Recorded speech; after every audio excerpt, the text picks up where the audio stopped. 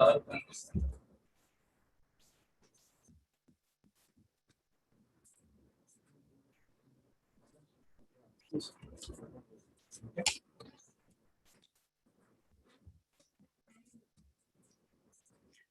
everyone. Good evening.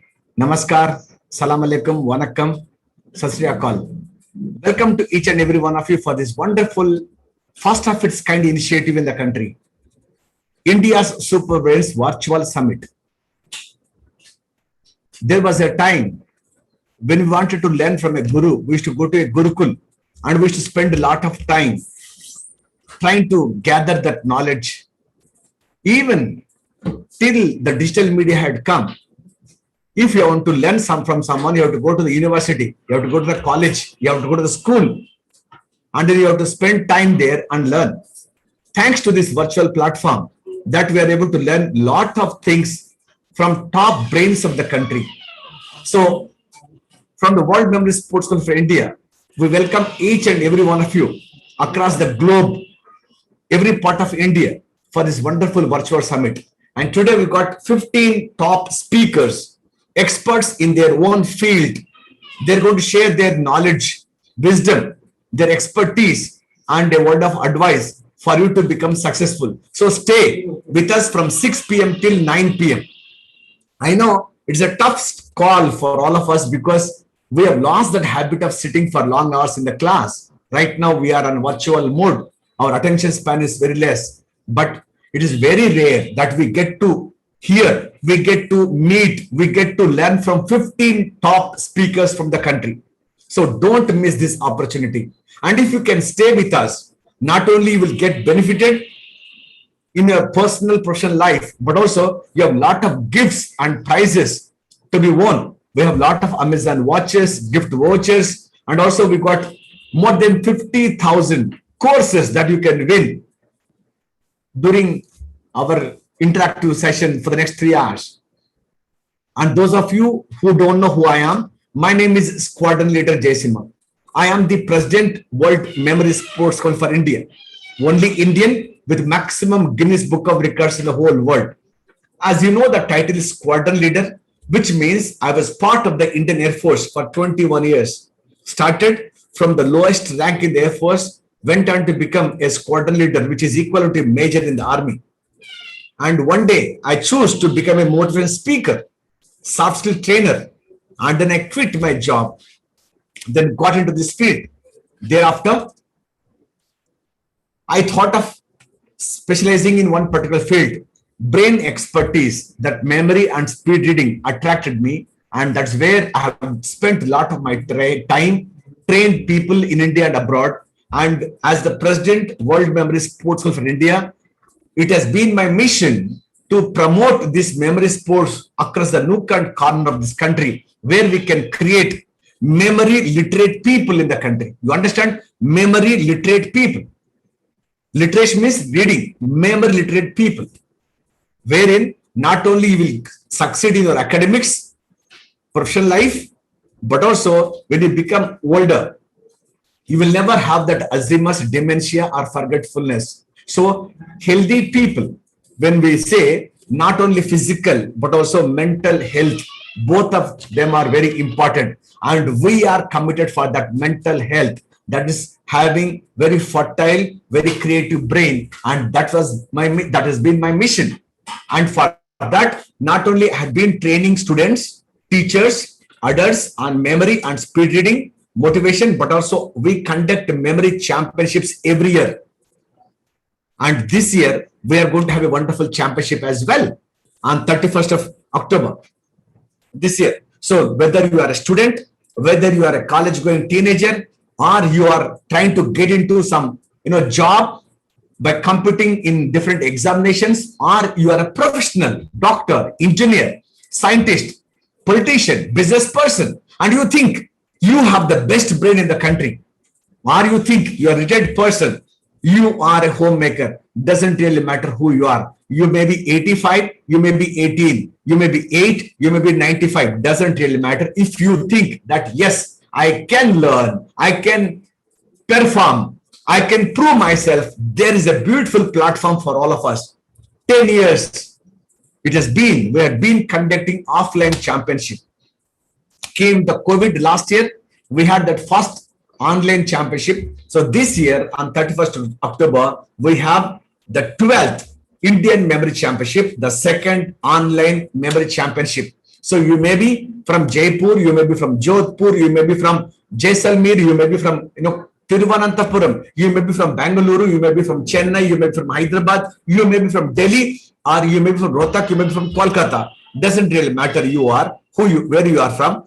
Across the globe, you can take part in this competition and you can showcase India's brain power to the whole world. So that is the mission of World Memory Sports for India. And as a part of this, we are bringing in this beautiful virtual summit, India's top brains, super brains who are going to come and share with you their wisdom. And before that, I would request my team that before I call in the first speaker, I would request my team to play a small promo, which will start the launch of the Indian Memory Championship 2021. So hold on for a second. So watch this preview. So let us all launch this Indian National Memory Championship 2021. So let us see this promo.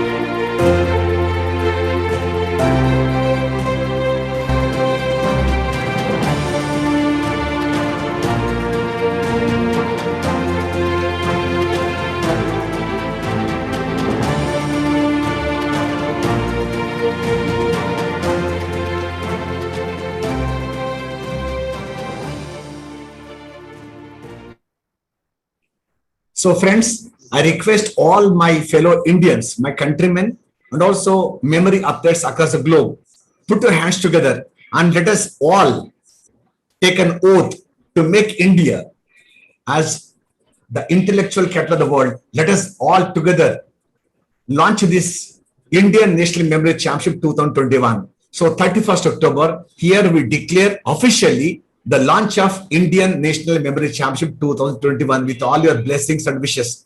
Thank you so much. Now coming to this India's Super Brains Virtual Summit.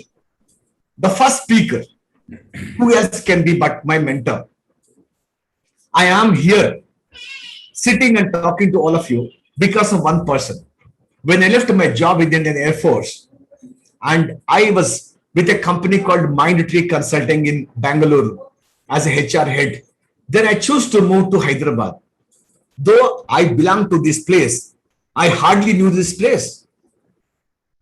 And I wanted to start my career as a speaker. And everyone directed me to meet one person called Sri Gampa Nageshwara sir. And he said, you can't even speak Telugu properly, how you are going to flourish? And he inspired me to become what I am. Gampa sir not only trained me, not only made me who I am today, but he has touched lives of lakhs of students, parents, adults across both the Telugu states, across the country. He is the founder of Impact, which is the synonym for motivation in the whole country today. Author of many self-help books, a speaker, phenomenal speaker, and a mentor, a big brother. So if you come to Hyderabad, if you go to any part of this South India, Gampa sir name is there all over. And he has got lakhs of followers and lot of trainers. He has made them by using all his expertise and experience. So such a great speaker who had touched millions of people. I'm going to invite Gampa sir to take over the stage and tell you about his philosophy about education and his wisdom he's going to share with you. So put your hands together. Welcome Gampa Nageshwara sir to address all of us. Okay. Thank you. Jai Hind. Namaste. Very happy, Jai Sima. Happy to see you here and very happy to meet all of you. I'm Gampa Nageshwara. Just now, Mr. Jai Sima introduced you. Yes, I'm born in a poor family, an agricultural family, but that's not important. I'm not going to talk about that. But how to make others rich is my philosophy. How to make others something, the talent which is in hidden, but how to bring it out. That is my mission, my vision to make our country number one, number two, and number three within 10 years. Yes, we are working for that. We started in a small foundation in 1996 called Impact Foundation. Yeah, that was inspired me by Mr. Chokkapu Venkatramana. We both started that organization. We trained 40 people in first year. We trained only 40 people how to get job, how to get employment. Okay, that is a problem in India. It's a problem. Even you have a talent also, you have a marks also, you don't get it. But you need to have a communication. You don't have a skills which are lacking in present youth. Then we trained 40 people for 1 month, every day only 2 hours. After a party, all 32 got employment. And one student, he was talking, sir, this 40 days, this 30 days program, our 40 people, you impacted us. Then we named Impact, the program, the organization name from that day onwards. So what we are doing here, I'm working for an organization. I'm very happy. And I can afford to pay some money. I can afford to pay some money, fees to learn something. All are expensive courses. Very, very expensive course. Soft skills are not free, so are expensive. Even public speaking also, you need to pay 8,000, so 15,000 rupees to learn public speaking, communication, very, very expensive courses. Okay, because I'm working in an organization, I got money. I am very happy, economically okay, because I was poor, but not the poor now. Okay, in 86, I started this. From that day onwards, I learned every topic wherever it's available in India.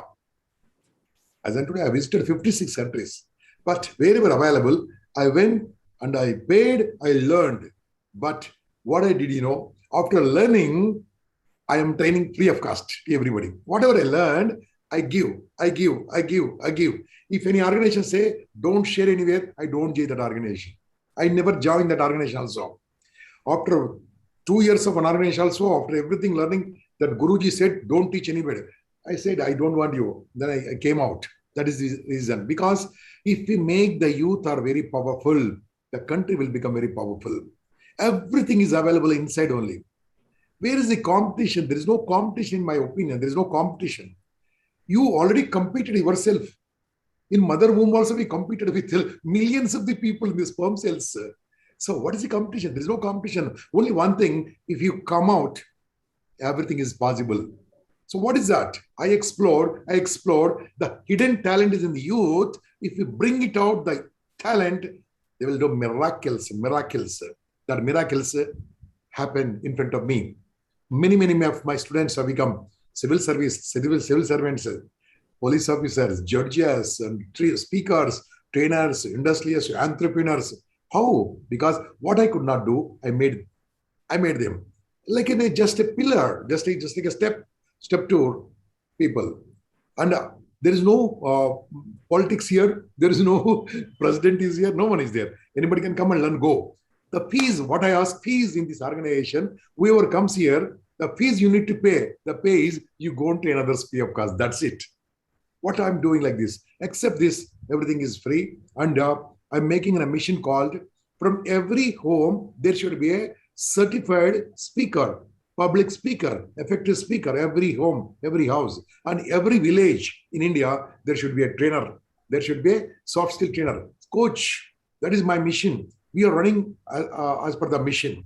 So I faced so many hurdles, so many obstacles, so many problems in my life when I'm doing like this. This just started 24 years, 6 months back. We are celebrating the month of October, Silver Jubilee celebrations of Impact Foundation. So then obstacles is mainly one thing, when you're growing something, people will pull you. People will pull you. And I'm enjoying that. When somebody pulls me, when somebody criticizes me, listen to me next 1 minute carefully. Everybody, please listen to me carefully for next 2-3 minutes. If anybody pulls me, if anybody insults me, if anybody criticizes me, if anybody laughs at me, if anybody laughs at me, I enjoyed. I accepted that. That means the criticism gives a great construction in my life. The opposition gives a position in my life. Others laugh, give me a great strength. That means I have created only one thing. They thought that this is a small person I can push down, but they don't know it is a seed. A seed has become a very big tree, very big tree, a banyan tree. So it is possible. What you need to learn from this also. Whenever you do something, people are there to insult you, criticize you, to say something, but don't care. Whatever you have inside now, move ahead. What Mahatma Gandhi did when he said, but non-violence, everybody laughed at him, but he believed in this concept. He believed the concept of non-violence. Then whole world appreciate. There is no place in the world without Mahatma Gandhi road or Mahatma Gandhi Bhavan or Mahatma Gandhi statue. That is, it's possible. That means believe in what you do what you believe in. Again, I would like to say one thing, believe in what you do what you believe in. Love what you do what you love in. Then success is guaranteed. 100% success guarantee. You believe in this statement. And one more thing, you should work for a wonderful goal. If you have a mission, work for the mission. If you have a goal, work for the goal. Don't divert. Example, Mr. Jaisimha, my friend is here. He started not now, so many years back. He's on this memory only, memory, making people, because I don't want all these things. This artificial intelligence, that intelligence, this intelligence, this all created by whom? Again, human being, the computer is very powerful than anything. But only one thing, we don't use this. We believe in, okay, artificial intelligence, okay, computers are okay. What about this? If we explore this, you will become whatever you want. That exploration happens in this organization. So you believe in yourself, my dear friends. You believe in yourself, believe in your talent, believe in your time. Because the time is most important. What I believe in that. Because if you lost money, you can get back. If you lost health, go to hospital, you'll get back. Okay, but if you lost time, you never get back. The time is treasure. Time is most important. Then you need to don't waste time. You don't waste time and invest. What do you need to invest? My philosophy is only 4 points. The powerful 4 points. Number one is I love to live. My life is to live. Life is to live. Number one. Number two, life is to love. Number three, life is to learn. Number four, life is to leave a legacy. That's it. These 4 points. Life is to live. I live 100% healthy. I live. I do exercise. I do everything. Powerful. This is body is most important. Number two, life is to love. Excuse people, forgive people very fast. Don't carry something in your life. Don't carry. People are there to hurt you. Job is like that. They hurt you. But don't care. Just excuse them, forgive them. Go ahead with your work. They will follow you one day. Love. Life is to love. Number three, life is to learn. You need to learn new things. Learn. Since last 1 year, we started this Zoom classes, Zoom free of cost classes. In the last year, month of April 10th, we started. We trained 40 million people online. 40 million people. Hello, 4 crores on online. Today morning also, what we started, just to close that session, I have handed out to others only because of to join this course. We made a marathon, speakers marathon. Morning 9 a.m. we started a non-stop speaking and we closed just now 6 o'clock. What is that? 75 speakers. Everybody got 6 to 7 minutes non-stop without disturbing. Like that, what we are creating. That is the Impact Foundation. And I believe the last very, very powerful thing. Number one, I will take care of my health. Now, number two, I will take care of my health. It's most important, my wealth. Number three, I should take care of my family. Number four, I should take care of my country, Mera Bharat. Otherwise, no life, boss. No life. We need to work for the country. So, what I think always, what I say is very, very powerful quotation. We are not here to come and go onto this earth. Many people come and go. You should not come and go. You should come here to give and go. You contribute and go. Before you go, contribute something. After death also, you should survive. After death also, you should live. That is called life is to live a legacy. The legacy is most important. You need to give a legacy. That is the reason these 4 principles, what we live, what we create, what we work. So now I wish you all the best. Maybe this is 6 to 7 minutes, maybe useful for all of you. Definitely, you believe in yourself, work for your goal. If you don't work for your goal, you have to work for somebody's goal. Again, I'm telling you, work for your goal. Work for your goal, work for your time, use your time. If you don't use the time, someone will use your time. Use your talent. If you don't use your talent, someone will use your talent. You must use yourself, otherwise somebody will use you. That's it. This is what I want to say. Love yourself, work for your goal. If you don't work for your goal, you are going to work for somebody's goal. So, I wish you all the best. May God bless you all. Thank you very much. Jai Hind, Jai Bharat, Vande Mataram. Thank you so much, sir. It was wonderful listening to your speech because on any given day, at any point in time, whether you're happy or sad, Gampa sir is one-point solution for anyone. So as a trainer, as a speaker, I always look forward to him for that inspiration. And today I am here because of him. And I'm sure, and many more people will follow your footsteps, right? And I'm sure you are having a mission to train many more trainers. Thank you so much for sparing your valuable time to be with us. Thank you so much, sir, for being with us. Friends, we have the second speaker of the day today. And let me take this privilege to invite Dr. Amarnath Vasireddy, sir. And he's an academician turned educationist, thinker and visionary, director of Slate Group of Schools, whose life revolves around the school which he has built painstakingly on the foundations of integrity and accountability. A motivation speaker, he has passionately undertaken the task of making students into well-rounded personalities, being the forerunner with his mission. Holistic education, that is what his main principle is. And it's been making emphasis on life skills, values, ethics, and discipline.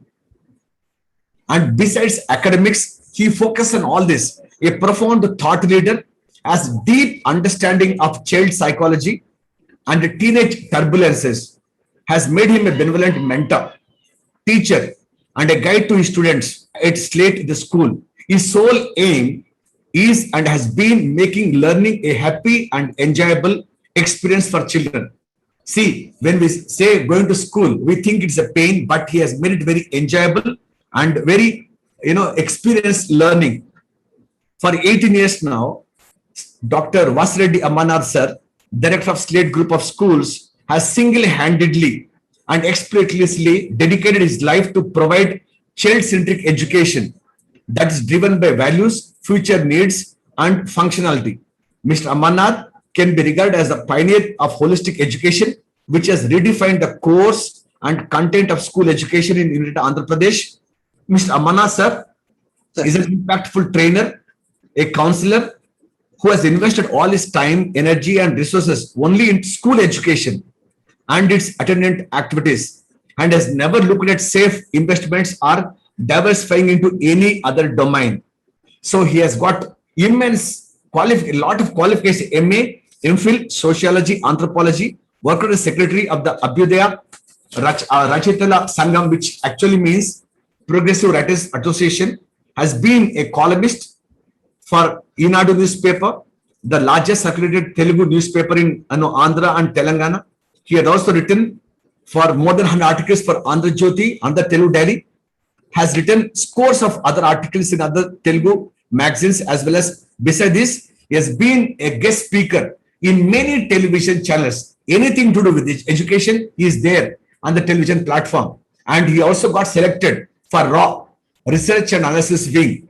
And he is a man for all seasons. He has trained a lot of IAS, IPS aspirants, and he also coaches people for different competitive exams. So a man for everything.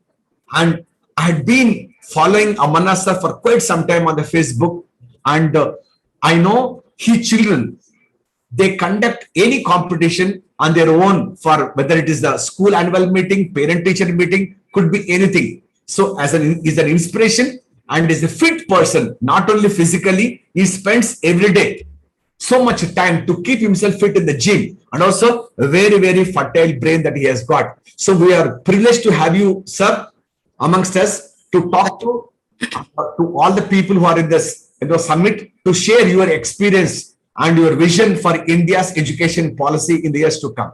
Over to Dr. Ammanar sir.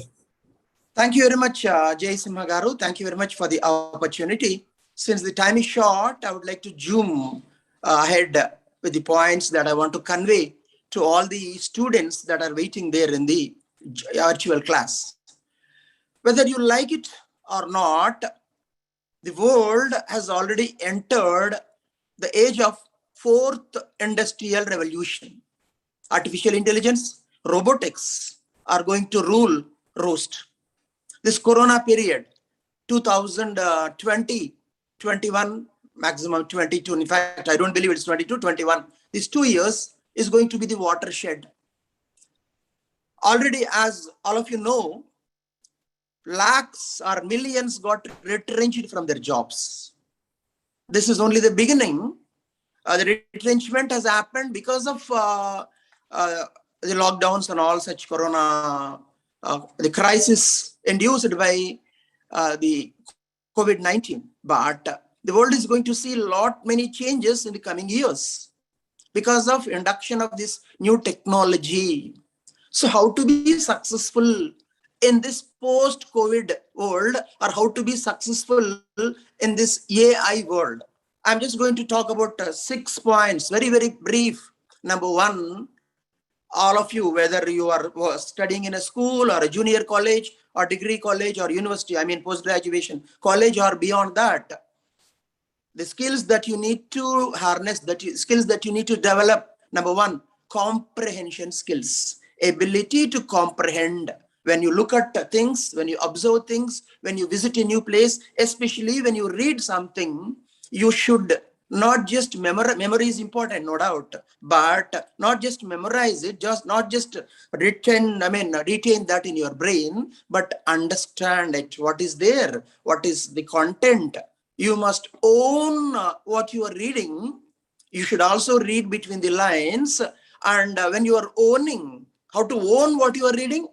After reading every paragraph, you should ponder. You should take a short break, 1 minute, 2 minutes, close the book, close your eyes or keep the eyes open, doesn't matter. Think about what you have read. Is that right? Is that wrong? Is that acceptable? How good is, how bad it is? In this way, you critically examine what you have read, what you have understood, and own it. When you own it, you will be organically linking what you have already learned to this, what you are learning now. Then that knowledge will become your own. Read books, read lots of books, fiction, comedy, any kind of books. You should make it a habit. Without reading books, you can't develop comprehension skills. That is step number 1. Without this, nothing. I mean, the next 5 steps are not going to come. Read lots of books. These days, people, they seldom read. Book reading habit has almost gone. This is not correct. If you want to have a secure future, if you want to have a bright future, if you want to become a leader, you can be, you can enter government service, IAS, IPS, Group 1, or semi-government banking, RBI kind of, RBI of course, sector, LIC, GIC, such like sectors, or multinational companies, any company or your own business. If you want to become a leader, if you want to lead a team of people, then you need to have comprehension skills. Read a lot, own it, ponder over it, integrate what you have learned already with what you are learning now, number 1. Number 2, analytical skills. Once you own it, once you understand it, then you should analyze it. In fact, these two processes are closely interlinked. Even while comprehending, you are analyzing. Without analysis, your comprehension will not be complete, and without comprehension, you can't analyze. These things are interlinked, like heart and lungs, which is functioning. Without this, without heart, lungs cannot function, and vice versa. So you should analyze. Don't just memorize. Don't just remember, and don't just read for the exams. The melody in today's society is many students, they read for the sake of exams, marks, ranks, and they feel once you complete the exam, once you write the exam, you feel job is over. No, that is not correct. You should analyze.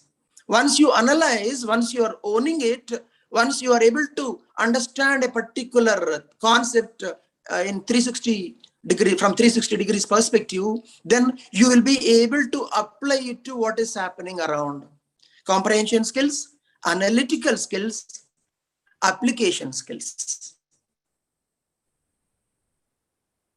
Multinational companies, exam group, or for others, these skills will help important. What is being being spoken as skills? Critical thinking. What is critical thinking? There's loads of information is available. With this many people got infected, and now the total cases in India have gone up to this level. I just fail to understand somebody who got cured months ago, why they are including their number. Chalo, even if this infection, is that a correct number? All of you know that if 100 people get infected, only 20 people go for the test. 80 people, they are not tested. So these numbers don't have any sanctity. Government's own zero surveys have told that in Mumbai, for example, 80% got infected in Mumbai. But still, day in, now you are bombarded with numbers, bombarded with information on social media. Again, India got, we are all proud Indians, our national anthem got selected by UNESCO as the best national anthem. I fail to understand, is there any person in UNESCO or some other place who can understand 150 plus languages and who can listen to all the national anthems and judge which is best, which is not kaki pilla kaki ki mundu, as they say. Every country, every people of every country, they love their national anthem. No national anthem can be, for us, of course, our national anthem is the best, no doubt about it. This is a fake information which has been doing, I just gave an example. Okay, this kind of fake information. So you should possess critical thinking. Just don't blindly believe. You are going to be bombarded with loads of information in the coming days. Have your own thinking. Think about, is this right? Is this wrong? What is the intention of the person or group of people or agency which is giving you this information? Critical thinking plus also lateral thinking. When you don't get the solution in one perspective, don't give it up. Try to think from the other angles. The most important, the fifth one is emotional intelligence. What is emotional intelligence? You should understand. Many people, many students, they don't understand themselves. In a career, you should understand your aptitude. Teaching is my aptitude. I don't feel bored. I don't get tired when I'm teaching. I can teach for 10. Some other works, say accounts work. I can't really, okay, I may do it if it is compulsory, but I can't give my best. Every person, somebody likes masala dosa in the morning, somebody likes upma, somebody likes pongal, somebody likes chapati. Which is the best tiffin, which is the best breakfast item, nobody can judge, isn't it? Same way, you got your own aptitude. Understand your aptitude. Parents should understand their aptitude and help children to select a suitable career which suits their aptitude. When your passion and the profession that you chose are the same, sky is the limit for you. So understand yourself. Every person has got certain strengths, certain weaknesses. Try to overcome your weaknesses.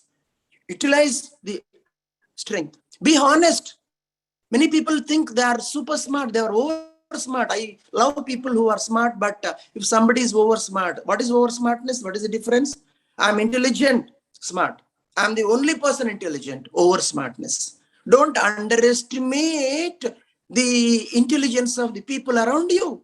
You may be intelligent, no doubt. That is your confidence levels. But if your intelligent quotient is 100, the person in front of you, 20, 25 people put together, 6 people put together, their intelligence quotient will be much more than you. Understand this. So be smart, be honest. You can cheat one person throughout the life. All the people once time, maybe if you are smart, but not all the people all the time. Honesty is the best policy. By being honest, you are not giving any benefit to somebody. You are giving the first benefit to you, or the first beneficiary of your honesty. There is only one path for success: hard work.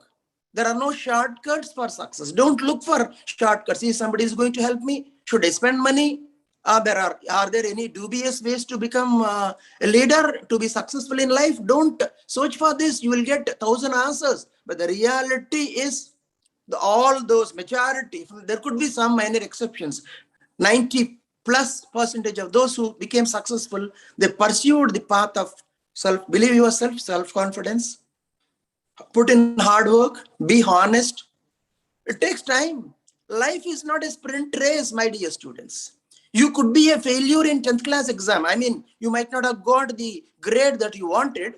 Enter MSET, IIT JEE, CLAT, NEET, any competitive exam. You could be a failure in a series of attempts. 10 attempts, 12 attempts, 14 attempts. Never give up. Success is a dishonest friend. So if success gets into your mind, it will divert you. It will take you direction. Failure is the best teacher. Are you ready to listen to this teacher? Learn lessons from the teacher? All the people who became great, they faced a series of failures and they learned from their failures. Never give up. Imagine the play. If God appears in front of you and gives 1,000 crores, how your life would be. Oh my God, what a great thing you must be thinking. I would say you will be the most cursed person, because one should work. Don't chase money. Chase work. If you chase work, money follows you. Fame, name follows you. Health, happiness, everything follows you. Choose a work that is close to your heart. Keep working. Why APJ Abdul Kalam, after retiring as President of India, chose to teach? Do you think that was needed for his survival?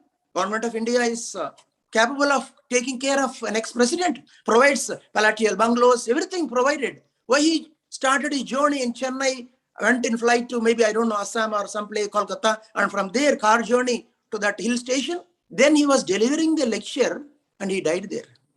What a great death. So pursue hard work. Even retired people, everybody should work. People have realized the importance of work during the lockdown period. If you are sitting at home idle, your mind becomes devil's workshop and your body becomes a pharmacist's laboratory. I mean, you need to take some more and more medicines, and you will fall sick, and anything can happen. So be honest, pursue work. Don't underestimate others. Try to understand others. Empathy is another thing. With empathy, you can be a successful leader, a successful husband, a successful wife, a successful father, a successful boss, whatnot, without empathy. What is empathy? Ability to place oneself in the shoes of others, understanding them. If this is done, more than half of the skirmishes, the tensions in the world would go. If one nation empathizes with the other nation, one person empathizes with the other people, especially if the leader empathizes with the followers, with the team members, he will be a successful leader. So have this quality, namely empathy. Understand yourself, understand the people around. And the most important one, communication skills. And there is an opinion that coming days, universal translators are coming, and they'll be capable of translating. Even if you're communicating Telugu or English, they can translate it into French or Japanese or Chinese. So you don't need that much of communication. We're totally wrong. Yes, universal translators are coming, but what about emotional intelligence? What about creating an impact on others? Same words, if spoken in one way, they create one impact. If you are listening to a nice poem or nice song or nice kirtana, what impact it leaves on you? Human being is an emotional bundle. Only when you are able to communicate to others in a proper way, touch, not just their, the message should not just reach their brain, but should touch their heart. If you are able to do this, by communication skills, I mean oral skills and written skills. How to develop oral skills? Keep talking. You are lucky. There is smartphone in front of you. Record your voice. Which topic? Don't take a serious topic. The movie that you watch today, the TV show or the cricket match that you watch today. Give a commentary on that. What is right? What is wrong? Then listen to yourself.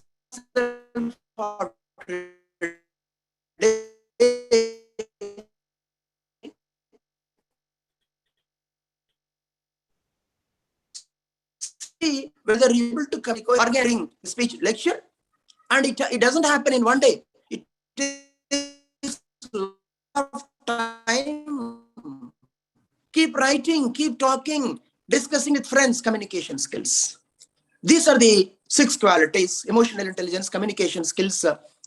Emotional intelligence is too big a topic. Empathy, analytical comprehension skills, analytical skills, application skills, critical thinking, lateral thinking, plus emotional thinking and communication skills. There are so many others, but the time given here is very short. I really thank Jayasimha Garu. It's a great effort by him having organized this session. I really thank Jayasimha Garu for giving me this opportunity. Thank you very much.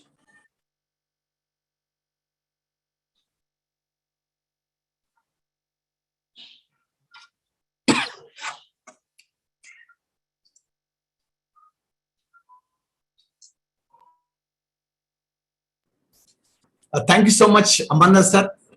The pearls of wisdom that flew from you, and I'm sure all our participants really got benefited out of your wisdom and your experience, because you are committed to changing lives of so many students. Let me tell you, friends, not only Amarnath sir runs one role model, group of schools called state schools, but also he has been helping the parents, who has been helping the children who lost parents during COVID, and he has been taking care of all his staff.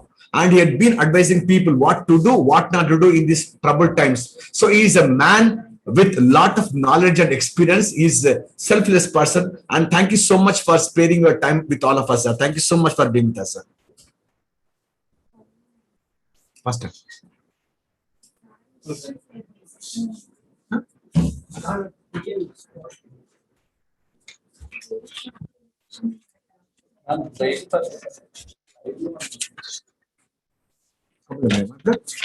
Huh?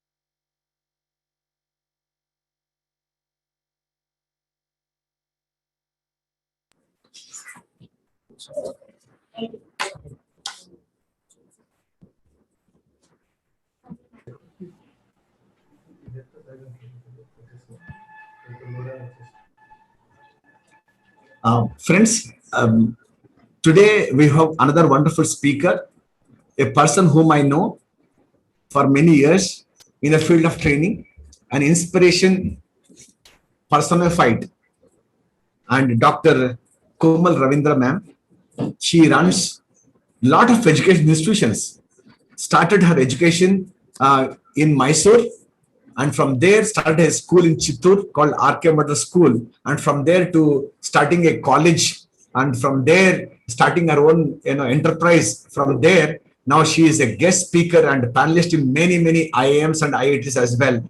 So she's a well-read person. And Komala ma'am, she has done her MA English, BEd, BL, Bachelor of Library Science, MSc, Psychology, PG Diploma in Psychological Counseling, Guidance, founder and CEO, and of many institutions. Komal Ravindra is an educator, entrepreneur, counseling psychologist, an expert trainer of communication skills with 30 plus years of experience in the private as well as public education spheres.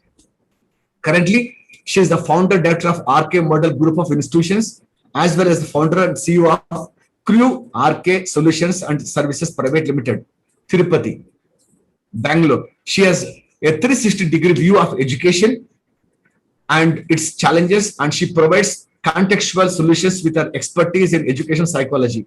For more than 3 decades, the focus of her work has been empowering the youth with English speaking skills, capacity building, and motivating students towards developing new age skills to meet the 21st century industry needs. She has also participated in the curriculum reforms meet of NEP 2019, certified in Google Digital Unlocked, and then she's also speaker in IIM Bangalore, and then she has been through many different forums. And personally, I know ma'am because when I did my first memory program in Tirupati, and she attended her program. Even today, being the head of a RK Model Group of Institutions, she spends time. She's pursuing astrology. She's pursuing to learn Japanese new language. She's learning, and she's actually started online coaching for her students.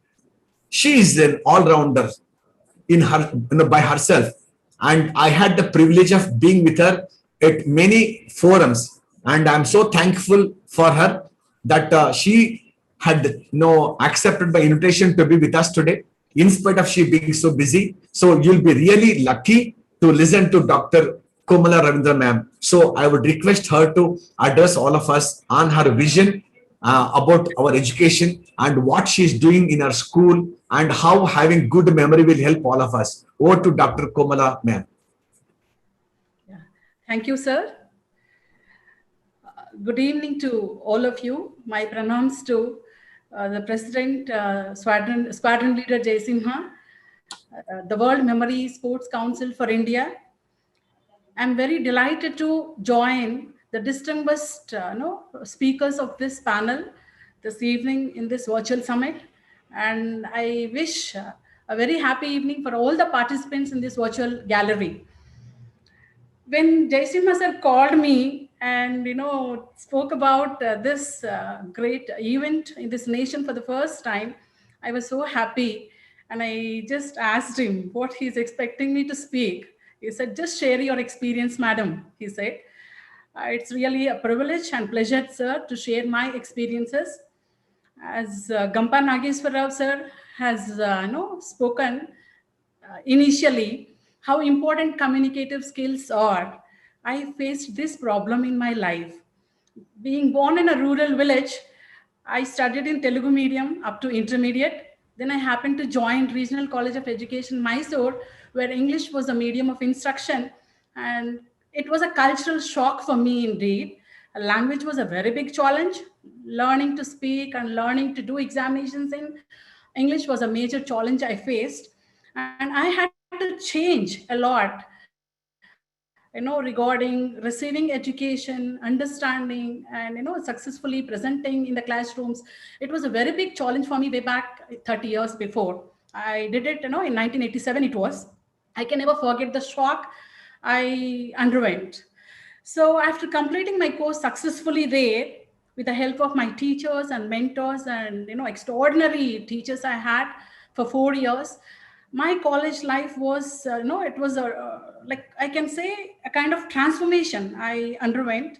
My parents have given me birth, they have given me the foundational skills required, but it was my teachers at the next level who have shown me the real world. So I'm ever grateful to all my teachers, and on this platform I offer my deep sense of gratitude to my parents and teachers, and then who helped me to move forward. No, professionally, my family has contributed a lot, my family members. Coming to the experience of learning the language, after realizing I was into government sector, I worked for some years, 2 3 years. Then my husband saw the problem rural students what they are facing regarding this communicative skills English language problem, and he advised me, see, if you just work and take care of your family and your children, you will have a secured job and secured life. But why don't you do something adventurous by just quitting your job and help the rural students with English language skills? Why don't you do it? So then I thought there is a valid point in his suggestion, and I followed his suggestion. I resigned my job. I actually, in government sector, I first started my career as a secondary grade teacher, then promoted as a school assistant. I became a lecturer in English. Then I resigned my job and I started, with the help of my family members, we started a group of institutions, coaching center for English, guidance and counseling center, schools, and now colleges. And then we started a private limited company where our 100% focus is on enabling rural students to get empowered in multiple dimensions, not just language. In many other areas, they need to change. So change is my favorite word. So ever since we are born, or ever since we have come to this planet Earth, every second we undergo a change. Philosophically, if you think also, so change is permanent and change is constant. Nothing else is permanent. So understanding that concept very well, I just wanted to implement in my life, and I love the word change. And I love to keep changing. I also educate students to keep changing, adapting themselves to the required situations in the environment, as well as in their personal and professional life. So now, speaking about the change, COVID-19 pandemic has allowed us to experience the drastic change the world is undergoing. Everybody knows. See, whether we, as Amarnath sir said, whether we like or dislike, change happens. It doesn't wait for your opinion. It is so natural. And now what can we do? We can be very positive about embracing the change and accepting the change, learn how important change is. If we don't change, we fail to exist in this digitalized era. So now I am almost 51. When the schools were shut down due to COVID pandemic, I really did not know what to do. Then I just thought I should do something remarkable. Yes, change. If I don't change myself, my outdated skill set will become irrelevant, and I cannot encourage and motivate my own students in any way. So when we shut down the schools on March 19th, and on 20th itself, I started working, changing myself to work with latest digital technologies. And I have taken, as Jaisimha sir pointed out, I've done Google Digital Unlocked course, almost 70 to 75 hours of program it was. I struggled a lot because, I am not from technology background. But then I had a deep desire that I have to, accept change. I have to learn. Nothing is impossible for a willing mind, willing heart. So I just took it. I worked very hard and I did. But to my surprise, I received the congratulations, letter from mail from Google stating that we congratulate you wholeheartedly for the efforts you have taken. You have successfully completed, but we are very sorry to inform you that you have scored 75%. To be certified by Google company, you need minimum 80%. That was really, I suffered a lot because of, hard work I put in. I struggled, but then I received a mail like that. I retook the course, I redid the course, I worked again, and I scored 87%. I got the certificate. On the day when I was, certified, I felt so happy that everything is possible in this world if we really set our heart and mind on it. So I would like to tell the same to everybody. See, there is extraordinary potential lying deep down within all of us, within everyone sitting here, everyone alive here. In spite of all the challenges we faced due to COVID pandemic, I am really so sorry that we have lost so many of us, our friends and family friends and our others across the country and in the globe. In spite of that, if we just look at the sunny side of it, it is COVID-19 which has accelerated the speed which is very much required for this, hyper-connected world where technology is dominating. And Amarnath sir has covered almost all the technologies which are playing a major role in the field of education as well as the business domain also. Now, we all have to say yes for the change. Whether you like it or not, we have to say. If we don't say yes, we will face a problem, very serious problem. We will not be able to, survive in the industry. In spite of, getting grades, marks alone will not help us. Gone are those days. If parents especially don't understand the need of the change at this point of time and accept change, saying yes for the digital technologies and hybrid learning, blended learning. So beautifully, see, Jaisimha sir might have never imagined that a growth summit of this kind, the biggest, growth summit, virtual growth summit happening in this year. But now it is technology which is helping us to do it, to stay connected, to share views, to listen to each other, to learn, to teach, everything. So let us look at the positive side of technology and then make use of it in every aspect of our life. So education is undergoing a lot of change. We need to become global citizens. I personally feel no more, no more of conventional thinking where we restrict ourselves to the classrooms and our own, local areas. We all have to think, different at a different dimension. Say we have trained hundreds and thousands of students as far as communicative skills and personality development programs are concerned. Everyone, I feel very happy now. I feel overjoyed to say that across the globe, we have our students. Name any multinational company, whether it is Microsoft or Google or Apple or name any company, we have our students from Chittoor and in leadership position. So we could, visualize before itself that it is not just marks, it is attitude, it is behavior, it is character, it is honesty. All these values, are very important along with the academic skills. And now all the digital skills have started playing major role. And I'm so fortunate at this age to have the best of the best mentors in my life who have been directing me in a different, way, that I started working with, Dr. Pinnamaneni Bhanu Prasad, who has seen a different angle in me, which I never saw in myself. I was never confident enough. When he spoke about, cutting edge technologies, future technologies, trending technologies, emerging technologies, I told, sir, I'm an MA English literature student and I'm MSc psychology student. Why do you talk about all these things? He said, you are an educator.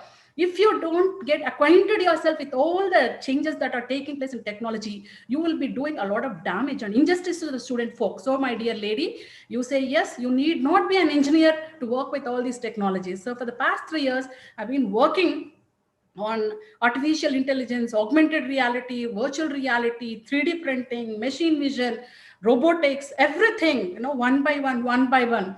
And to my surprise, again with him, I presented a paper in National Research Expo conducted in Sri Vidya Niketan as a resource person talking about all these future technologies.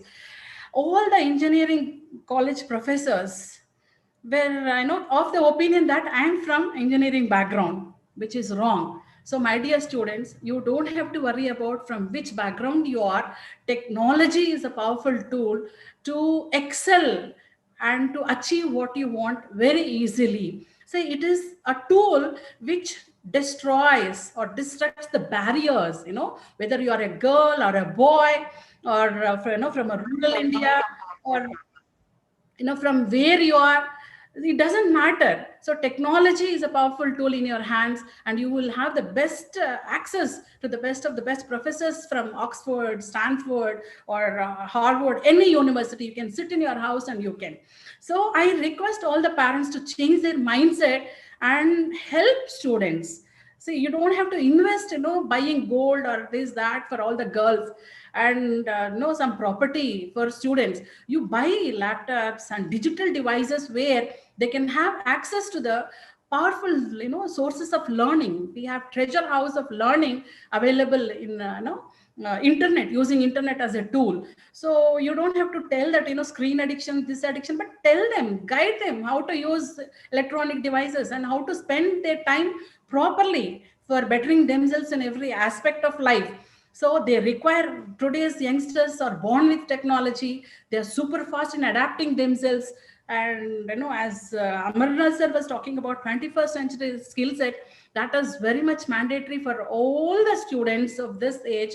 And India has a very, wonderful scope of becoming the guru of the world if we empower our students in multiple dimensions, allowing them to excel with all these latest technologies. And we need to train them to become wealth creators, not job seekers. So there again we expect mind shift. They need extraordinary skills. So as Jaisimha sir pointed out, I was his student in 2009. I'm so happy that I attended his class when he conducted memory classes in Tirupati. I just attended. I felt how important it is, and I learned. Then I continued, to be associated with him. When he conducted Memory Council, training program here in Chittoor, I was with him, and our students were, benefited so much by his excellent training sessions. I learned so much from him. I would like to share this incident for the benefit of everybody in the virtual gallery.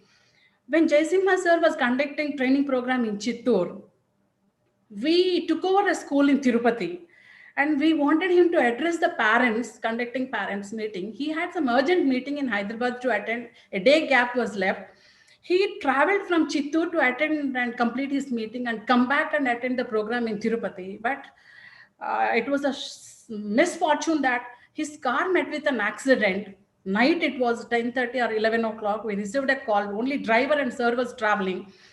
His one eye was completely damaged, and the whole face and mouth was distorted. I still remember he underwent a major accident, but he did not let his family members know, because if at all they know, they would pull him back to Hyderabad and then they would admit him. He would not be able to attend the program here that is happening in Chittoor, and he would not be able to make a point of attending parents orientation in Tirupati. So he returned without going to Hyderabad at midnight at 1 o'clock, 1:30. We were all waiting with a team of doctors here in Chittoor. He returned and he took first aid. The next day by 10 o'clock with a coat, with full swollen face and damaged eye, with mouth, everything bandaged. He sat on the dais with what you call an unwavering spirit. And I can never forget that day in my life. Maybe he might have received that commitment and discipline to do something, to keep up his word. From he worked in Air Force, Indian Air Force, the discipline and training. He sat on the dais. I announced that he is unable to speak, but 2-3 sentences he spoke and he sat. His presence was very much important, and every parent, so that is commitment. So my dear students and parents, not just technical skills, not just digital skills, not just academic skills, not grades and marks. The person, what you are, that is very important. Your character, your values, core values, that is going to make you, be different from the crowd. So only such people, can become leaders. So this world needs, this globe needs more leaders than ever to solve all the problems that we are facing, not just in one country, the whole globe is facing. So let us aim at making all the students global citizens, acquiring amazing skills, developing amazing personalities, and becoming the global leaders in the world. So that is very important at this point of time. And fortunately, our new education policy, national education policy, has ample opportunities and excellent scope for developing our students in multiple dimensions, the syllabi and curriculum and activities, not just theory, practical orientation, occasional skills training, everything is included. Only thing we need to welcome, adapt, and embrace and support the educational system to undergo evolution, so that we Indians will help the entire globe as global leaders, playing our key role and enabling and empowering every youth of this country to realize the dreams, individual dreams as well as national dreams, so that we will excel and stand. And I really feel so happy, Jaisingha sir. And I'm always the follower of Gampa Nageshwar Rao sir. You don't know who I am. And we advise our students to follow the impact programs, and they've been getting benefited. You have been doing an amazing service to the nation, sir. Hats off to you. And JD Narayana sir, Lakshmi Narayana garu, every speaker here. And we feel so elated and excited. So now, as a parting advice, I would like to, tell 10 points to all the students and all the professionals here for your personal benefit to succeed in this modern world, digital, disruptive, highly connected world. Just 10 points, remember please, so that you can just achieve whatever you want in life. The first thing is, promise yourself to stay strong. This is very important. In spite of all the disturbances we face, inconveniences and challenges and problems, they are a part of life. So you just think always, promise yourself. You don't have to promise others. Promise yourself to stay so strong that nothing can disturb your peace of mind. That is very important. In order to do anything, in order to achieve something great, you need peace of mind. Unless you stay strong, you cannot really achieve anything. And the second point is, always talk about health, happiness, and prosperity to all your friends and to everyone you meet. You don't have to waste time talking about all unwanted things. Health and happiness and prosperity play an important role in every person's life. So I request all of you, make a promise to yourself to speak only about health, happiness, and prosperity, nothing else. Okay? And stay strong. Always, be very strong, that nothing can disturb you. And the third point is, whenever you meet somebody, make that person feel that there is something worthwhile in that person. Never speak, ill, or never demotivate with your words, or disturbing words. Don't speak. There is something worthwhile in every person. Please enable with your talk, with your smile, with your conversation. Enable everybody to feel that there is something worthwhile in that person. That will help, that person to raise self-confidence, self-esteem. That is very important. And we need that very much now, especially our student community need that very much. Many students suffer from inferiority complex in spite of all the talents and skills they have. So we need to enable them to feel that there is something worthwhile in everybody. And the next important point is to look at the sunny side of everything, sunny aspect of. Let us not be very pessimistic, very gloomy, very dull, always talking about negative things in life, which is not going to help anybody. So we need to look at the sunny side of everything, every aspect in life. And then the fifth one is to think only of the best. Please don't think anything other than the best. Think only of the best and work for the best and expect the best. This will definitely help you to reach the sky, to reach high in your life. And many of us are not enthusiastic about success. It is very important. Only the people who are very enthusiastic about success will constantly and continuously work and upgrade themselves in multiple dimensions to get what they want in life. So not just being enthusiastic about your own success, try to be enthusiastic about other success also as you are of your own. That is very important. Then you will start wishing success for everybody around. Such a happy, positive feeling it is. And let us all forget, the next important thing is we'll have to forget the mistakes we have done in the past. Many of us always spend a lot of time digging past, suffering, reliving the suffering of the past. That is going to damage the prospective futurity of everybody. So let us forget and forgive ourselves for all the mistakes we have done and press on the achievements of future. This is very important for all of us at this point of time. And think well of yourself. Don't think so much negatively about yourself. Don't underestimate yourself. There's unlimited power, unlimited potential hiding, lying in every one of you.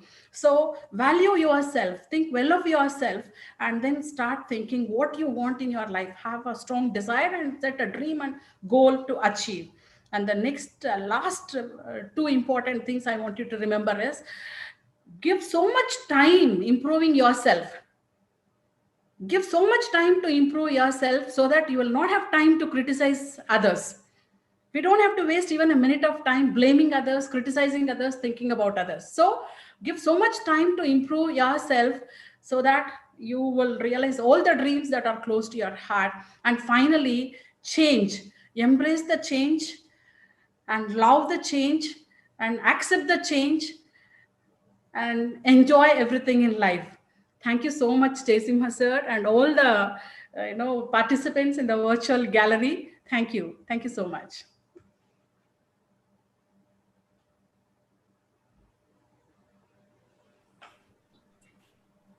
Thank you so much, ma'am.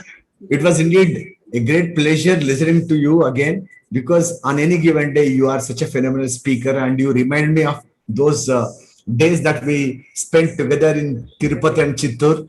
It's all about commitment. And Komala ma'am, not only she will just show them the way, her students, but also she will walk the way. So she herself keeps learning and she shared so much of wisdom. So if you really liked her speech, can you go to chat box, all of you who are listening, and say, thank you, ma'am. Can we all express our thank you to her? Just go to chat box and say, thank you so much, ma'am. Komala ma'am, thank you so much for being with us. My pleasure. And I'm fortunate, to be with you. Continuously, we inspire each other. We get motivated from each other. We learn from each other. We are all here with the purpose of enabling our Indian youth to make India the #1 in the global, platform. And we will strive hard, and it is our mission, sir. Thank you. Thank you so much, ma'am. And since so many people are putting their comments in the chat box saying, thank you, ma'am, thank you, ma'am. So that is what the gift for a teacher, because she doesn't look for money. For a teacher, when her students excel, that's the best gift a teacher can get. And today, I think we have paid our tribute to Komala ma'am today. So friends, coming to the next speaker of the day, we got Anil Deepak sir. We fondly call him as Andy sir. He is the CEO of Ekalavya, an institution and a company which is coming up in a very, very, very, very challenging way, fast-paced way to get it to the digital platform. He was into advertising field. He won many prestigious awards nationally as well as internationally. Very creative person. He topped his university, but when he was in the school, he was an ordinary student. So his aim is those students who think that they are not good in academics, how they can excel by using story method, visualization to learning. So I had been, interacting with Andy sir for quite a few days. We are doing something very, very worthwhile. So Ekalavya is the digital platform which is coming up in the country, and few days from now you will be here. And the head is Andy sir, the visionary, a man who has got a creative head on his, creative brain in his head, And he is going to talk to all of us because he is the man who can sell anything to anyone because of his advertising skills. So over to Andy sir, who will be talking to all of us. Hello guys, how are you guys? I don't know how many of you can see my t-shirt, and I don't know how many of you can read Telugu. It says Vijnana Pradarshanalu Vaddu. So I won't be giving any gyan today, except this very, very funny fact that the future is extremely funny and you cannot plan for your future ever. Let's take the example of what has happened to us in the last 1.5 years since COVID has hit. Did you ever imagine that you will not be going to school for a year and your parents will be happy about it? No, right? So you cannot predict the future. Nobody can predict the future. And that's so very true. If I ask you what are the kind of technologies are going to be there for tomorrow, none of us have any clue. Earlier, we used to take about, I come from Warangal. I'm born in Guntur, but my entire life has been in Telangana. So earlier when I used to come from Warangal to Hyderabad, it used to take us 6 hours by train. Now with the wonderful roads, we come here in about 2.5 hours. If there is a maglev train, we could be here in 40 minutes. The future always changes and you cannot predict the future. Take the example of, can you imagine that in a few years from now, you don't need to build walls in your house because walls between rooms serve no purpose except privacy. So there are these silicon boundaries that are coming where you can project anything that you want in the world on it. So you could be in Niagara Falls sitting in your room and your entire walls could be Niagara Falls, or you could be in the Amazonian rainforest where it could look like you're sitting in the rainforest. So what happens to all those workers, all those people who have learned how to build a brick wall? Because we wouldn't need that wall anymore. Look at how the food industry has been revolutionized with Swiggy coming in, where you can deliver an order anywhere in the city. Say 5 years before, that was unimaginable that you are in a place in Hyderabad and say you could have something like a dosa from Ramki Bandi, but that is possible now, right? So how do you go to school and what do you learn so that when the future hits you, you are always ready for it? Now that's a very hypothetical question, because irrespective of what happens and what you learn, you can be never ready for the future. If you can never be ready for the future, what do you do with your life right now? Which is where I think one of the biggest assets that we have, the biggest things that we can control, the biggest tool that we have, the biggest technology that mankind has still not understood is the mind. If your mind is strong, it is powerful enough, you can adapt to anything that happens in the future, right? But what happens when something new comes across to you? It's a new road, it's night, and you have to go home. Suddenly, what happens? Fear takes over the mind. And then you start imagining things. Something will happen to me. Is this safe? Should I call someone? Imagine the first days of you learning to ride a bicycle. Now, when you ride a bicycle, it looks completely all right because you're not thinking how to balance, which wheel to balance, which way you're bending, not bending, right? It becomes second nature. But try to imagine the first days of your trying to learn the bicycle, where someone used to hold you from behind and it used to sound so complicated. That's how the mind is. That's the working of the mind. When the mind encounters anything that is new, the mind tells you it can't be done and it tries to stop you. But when the future hits you, your mind should not be telling you that you won't be able to do this. Your mind has to be fearless. How do you make the mind fearless? One way of making the mind fearless is to repeatedly do new things. So when you start a new thing this month, you can't do this. And within 30 days, if you can reach a level 1 of mastering that particular thing, it is not that difficult as I thought. What happens the more and more you do new things, your mind tells you that if there is a new thing that that I encounter, I have the experience of working on new things, so I can achieve that.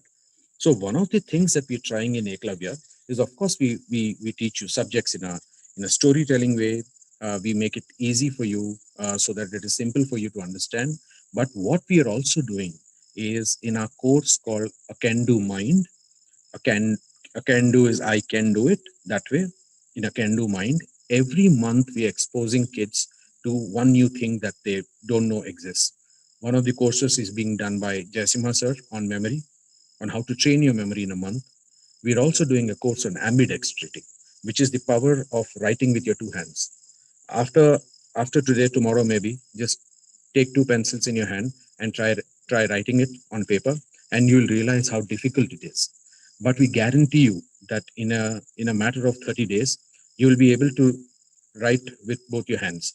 So if I have to write, my name is Anil, my left hand writes M and my right hand writes Y. And we give a space, my left hand writes N and my right hand writes A, M, E, and so on. So the more and more every month we expose kids to new thing, and it is upon parents to encourage them. We encourage parents to take the courses themselves, sit with their kids, because it's all fun. So today it is about memory training. Tomorrow it's about ambidextrity. Third day it is a third month it is about something else. So for the next 15 years of your schooling, when every month you master a new thing, it gives you the confidence once you're out of school that however much the future changes, you'll be able to take care of it. So without any gyan, I think my message to you would be to be open and to keep trying new things so that when the new thing hits you, you're always ready. I thank everyone for giving me this opportunity. I think there are a lot of speakers left, so I'll keep this brief. If there is any way you think I can help you, Eklavya can help you, or if there are any things that you think we should be doing, please message me. Jaisimha sir has my number. Please message me on what kind of courses Eklavya needs to come up with, and we'll do our best to make it as entertaining as any of your programs that you watch on Netflix. So with that, thank you so much, guys. Good luck to you. Do well in life. Thank you, Andy sir. It was fabulous listening to you. And I'm sure all of you, my students and the parents and the teachers, it's only going to be a few days from now. You're going to hear this Eklavya everywhere in the newspapers, in the digital media, in the television, everywhere. Because Andy sir, with his creativity, with his innovation, with his vision, is bringing out a lot of courses right from your house, drawing room. You can learn all those courses from the experts. So this is Andy sir, who is such a fun-loving person to be with. And thank you so much for being with us, sir. And all of you guys. And I request all of you to get to the chat box and kindly type thank you, Andy sir. And those of you who would like to interact with him, message me with any speaker. You want to know more from the speaker, you want to interact with the person, you message me, and I will be more than happy to share their number with all of you. Okay, thank you so much. And I'm proud that I'm going to be part of this Eklavya team in the days to come. Next week onwards. Thank you so much. Now, friends, the next speaker we have got is someone whom I look up to for any advice. While I was in the Air Force and while I'm right now as a trainer, Wing Commander Ranjit Kumar Mandal, sir. 30 years from a pilot officer, he went and became giant director in the field of education, that branch where I belong to. An excellent person. He's an author, many articles, many journals, Indian Adolescent Health member, many books he has authored. He's a doctorate. At this age, he still studies. And you know what? Being the principal of BGS World School, one of the top schools in Bangalore, he had learned all the memory techniques. He has participated. And thanks to him that we went and did first ever championship out of Hyderabad. It was in Bangalore in 2019. We did that. Okay. And 20, we were affected with COVID, but 19 championship happened in Chikballapur, Bangalore. Mandal sir is a multifaceted personality. He's MA English, is a doctorate. He was a lecturer before joining the Air Force, and he's supported by his wife, who is also the headmistress of the school, and both of them got two lovely children. And the now daughter she's a doctor, They're blessed with a young, grandson. And then he also got a son who is about to get married. I am Indore. A person, for any problem, you approach him, you message him, and he's there. And with vast experience in the field of education, handling teachers, parents, and students, and also getting into this memory field. So we are going to listen to him to share his experience of memory sports with us, and how did this memory help his children, and what is in store for memory in the country. Over to Wing Commander Ranjit Kumar Mandal, sir.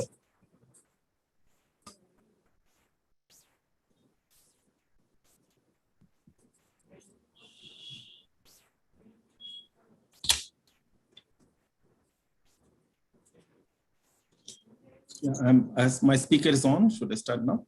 Yes, sir. Good evening. Good evening, viewers.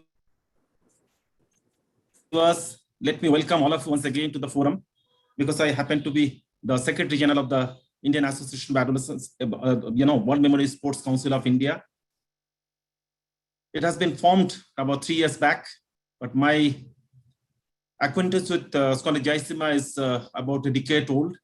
When we met in command headquarters of Bangalore, I was getting more and more interested to know about him. I was really very keen to know how he has done so much of thing. The highest number of Guinness record he has acquired, and his records of the record is quite high. Means he has surpassed the previous score so much that it was wonderful. Somewhere in 2017, I felt that I should also start doing it myself. I requested him to come from Bangalore, Hyderabad to Bangalore, and my school is in Chikbalapur, around 60 kilometers from here. And I happen to be president of an organization where we have got 10 schools. So I invited him first time to address all the teachers of all the schools. It was about 300 teachers. When all the teachers heard him, they felt that it is something very, very extraordinary, very exciting. So they gave the green signal to me that we should go ahead. So I requested him to come from my school, where I have around 110 teachers, and we have around 2,000 children. I started with the teachers. He addressed the teachers, trained them, gave some demonstration of, in the first session, demonstration of some memory. They all looked blank that how this can happen. He can remember so much, so many digits in a row, in a column series, etc., in a dropping manner and all that. So it was really something exciting. Then we started taking his training in our school. Out of 2,000 children, I had around 1,500 from, around 800, 1,500 from first standard, but we didn't start from the first standard. We started from sixth standard. It was around 800 children. 800 children are given training. Many of them were very excited, and some of them have started doing very well. Then I invited him for a summer camp. Summer camp was around 7 days that day, because that summer camp was that our students, our teachers, and outside participants. So we had a great response in the Chikbalapur city. Many of them from Bangalore also drove down, used to go daily to attend the camp. It was wonderful. Then after that, we decided that we should be participating in the Indian National Memory Championship. In 2018, it was in Hyderabad. I also took training. I also participated as a contestant. I participated in the senior category. I was 60 years age, and I also got 3 medals. It was really something that I had a feel that it is not only it is required, it is possible, it is fun, it is enjoyable to learn it. We did that. Then after that, our emphasis on the training increased. We started training our children for the International Memory Championship, which happened in Hong Kong. Around 25 children from India was led by Scholar Jaisima, 2 children from our school and me, and of course some of our elderly members of Chikbalapur also went there. I attended that, means I participated there also to have a feel of it, and then came back. Next year we did in 2019, we did the championship, Indian National Memory Championship in Chikbalapur. I'm really thankful to my management, His Holiness Jagadguru Param Pujya Shri Nirmalananda Nath Mahaswamiji, and my director, who is my boss, Dr. Shivram Reddy. Both of them have given so much of support. We did wonderful wonderfully the program here. Around 500 plus participants are there. When you attended there in Hyderabad, I could take only 98. When it was in Chikbalapur, in our opposite to my campus, I could present almost 280 children. It was something great. From 82 to 280 was a quantum jump. And Scholar Jaisima has spent his time for our other institution of Chikbalapur or about our group, Balagangadhar Swamiji's group, and all people got the benefit of it. Then we felt that, yes, let us take the next year's next remittance. It would have been last year, 2019. We felt that 2020 championship should be India. It should be in India, World Championship, first time in the history of this country. We did all arrangement. I also happened to go to Wuhan, and then the city which is now in controversy now. That before that Corona took place, we were there for about entire team were there for 7-8 days. I went for the last 3 days. Came back with the baton in hand. Their flag was in our hand. That 2020 would have been in Bangalore or maybe anywhere in India. It was on a plan that it would be in Bangalore, but unfortunately, that your COVID-19 stopped us from doing that physical your championship. But Scholar Jaisima spirit never gets disturbed, never gets curtailed. He still did some innovation, and our London office, World Memory Sports Council headquarters of London, they permitted some limited countries to participate. We Scholar Jaisima did it from Hyderabad office. I think around 30 plus participants were there. With this, Scholar Jaisima has got another dimension added to his own career or own experience or own innovation, that he is now comfortable to hold the virtual memory championship for the world this year on 31st October. In advance, I congratulate him for his initiative. And I also feel responsible for it because I happen to be the team member of his. Whatever number of people we are with him, I'm one of them. And I feel I'll be able to help him to the extent he needs. And as you have done it very smoothly for 2019, 20 was the period where you have been strengthening ourselves. And then 2021, let us do a good job. Now, why I should say it is done? It is to be done. When I initially heard, I was just thinking. When I participated, I got the feel of it. When I participated in two international meet in 2 different countries, one is Hong Kong and China, I could understand the best brain of the world. Means how those developing countries have developed themselves. Well, there has to be some input to get an output. If you have to have wonderful output for the nation, for an institution, for a child of yours or for yourself, we have to have some input, resolution. Other speakers have said we have to have resolution that we must achieve it. So we can say preparedness to support him is to that extent. Let us explore this technique to the level that it could be established as one of the tools of better learning. Because we educators in the field of education, we want our children to do better. While doing better, there are hindrances, there are difficulties, there are personal factors, but there should be something which can help the children overcome those barriers. Means the child can remember it better, child can associate it better, recall it better, and get the joy of it. Learning is a joy. If we have better technique, the joy is manifold. So I wish with this that Scholar Jaisima will be able to do a wonderful job, and all of us, all Indians, should really join him. And since it is a virtual now, there is no more requirement of traveling from one city to other city. Things will be there, and as he has been mentioning, and he'll be mentioning it again and again, we have got many online courses now. A student need not come to him. While in Bangalore, he has visited Jain International School. He has trained their students there.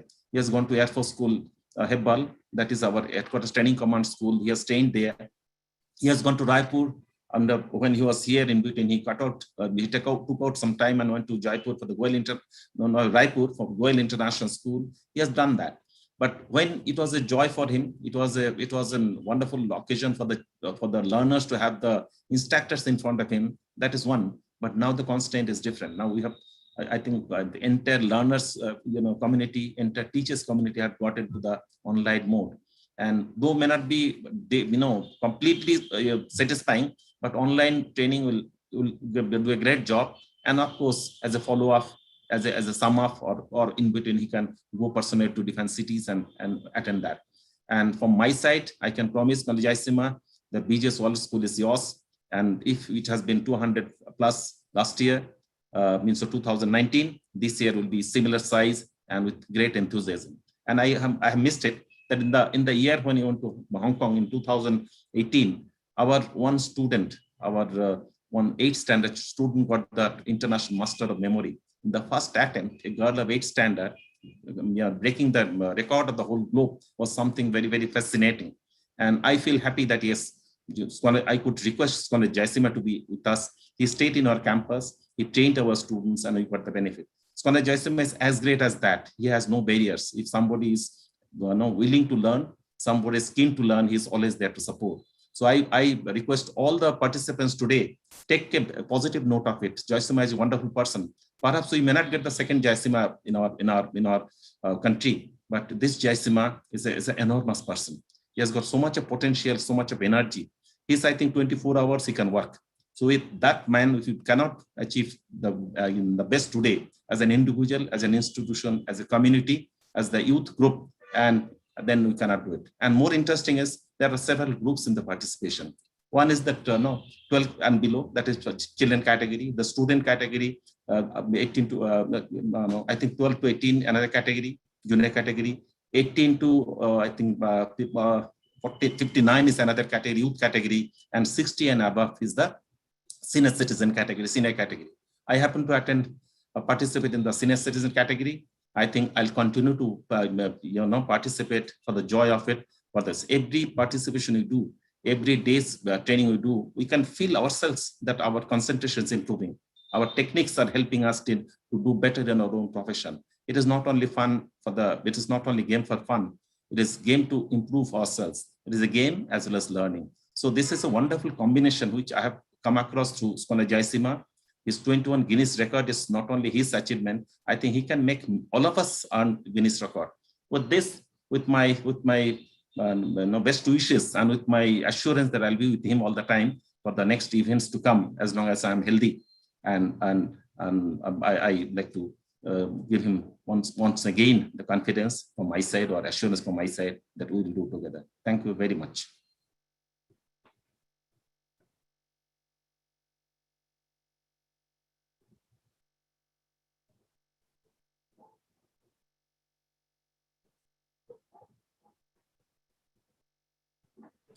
Thank you so much, sir, for being with me, because friends, I never do anything without his concurrence, without his permission, without his wishes, and without his blessings, because whatever I have achieved in the memory sports, all because of him. He is the Secretary General. He is like Bhishma Pitamaha for all of us in terms of expertise and advice, and is always there for me in happiness, in sadness, in difficulty, in every way. He had been supporting me, and he is person, young, okay, at heart, very young at heart. Okay, that's how he has been there. Thank you so much, sir, for being with me. And friends, kindly go to the chat box and can we all express our thank you to Mandal sir, saying that thank you so much for being with us, okay, and for his inspiration and how we all should take part in the memory championship as well, right? Now, to taking you forward, I got right now another speaker, my colleague in the field of memory, Dr. Manjunath MS. He is a coach in speed reading, memory, and mind. And he has got an aim that to train more than 1 lakh people in the country. Especially, he has been training people on business persons. He had been training people right on executives, adults, students. He has been a memory coach. Under his leadership, we got the 4th place in 2017, and his efforts have been appreciated by the Vice President of India, Sri Venkaiah Naidu Garu. And he was there with us, who had come to Hong Kong with all of us, Dr. Manjunath, and is a very famous coach based out of Bangalore. He is a qualified arbiter of the World Memory Council as well. So I would request Dr. Manjunath sir to kindly address all the participants. Over to you, sir. Okay, so good evening, everyone. This is Dr. Manjunath. So I would like to thank Jaisima sir for inviting me in this wonderful form, online form, to share few words, my experience, my learning in memory sports, and my quick, small success story, how I did.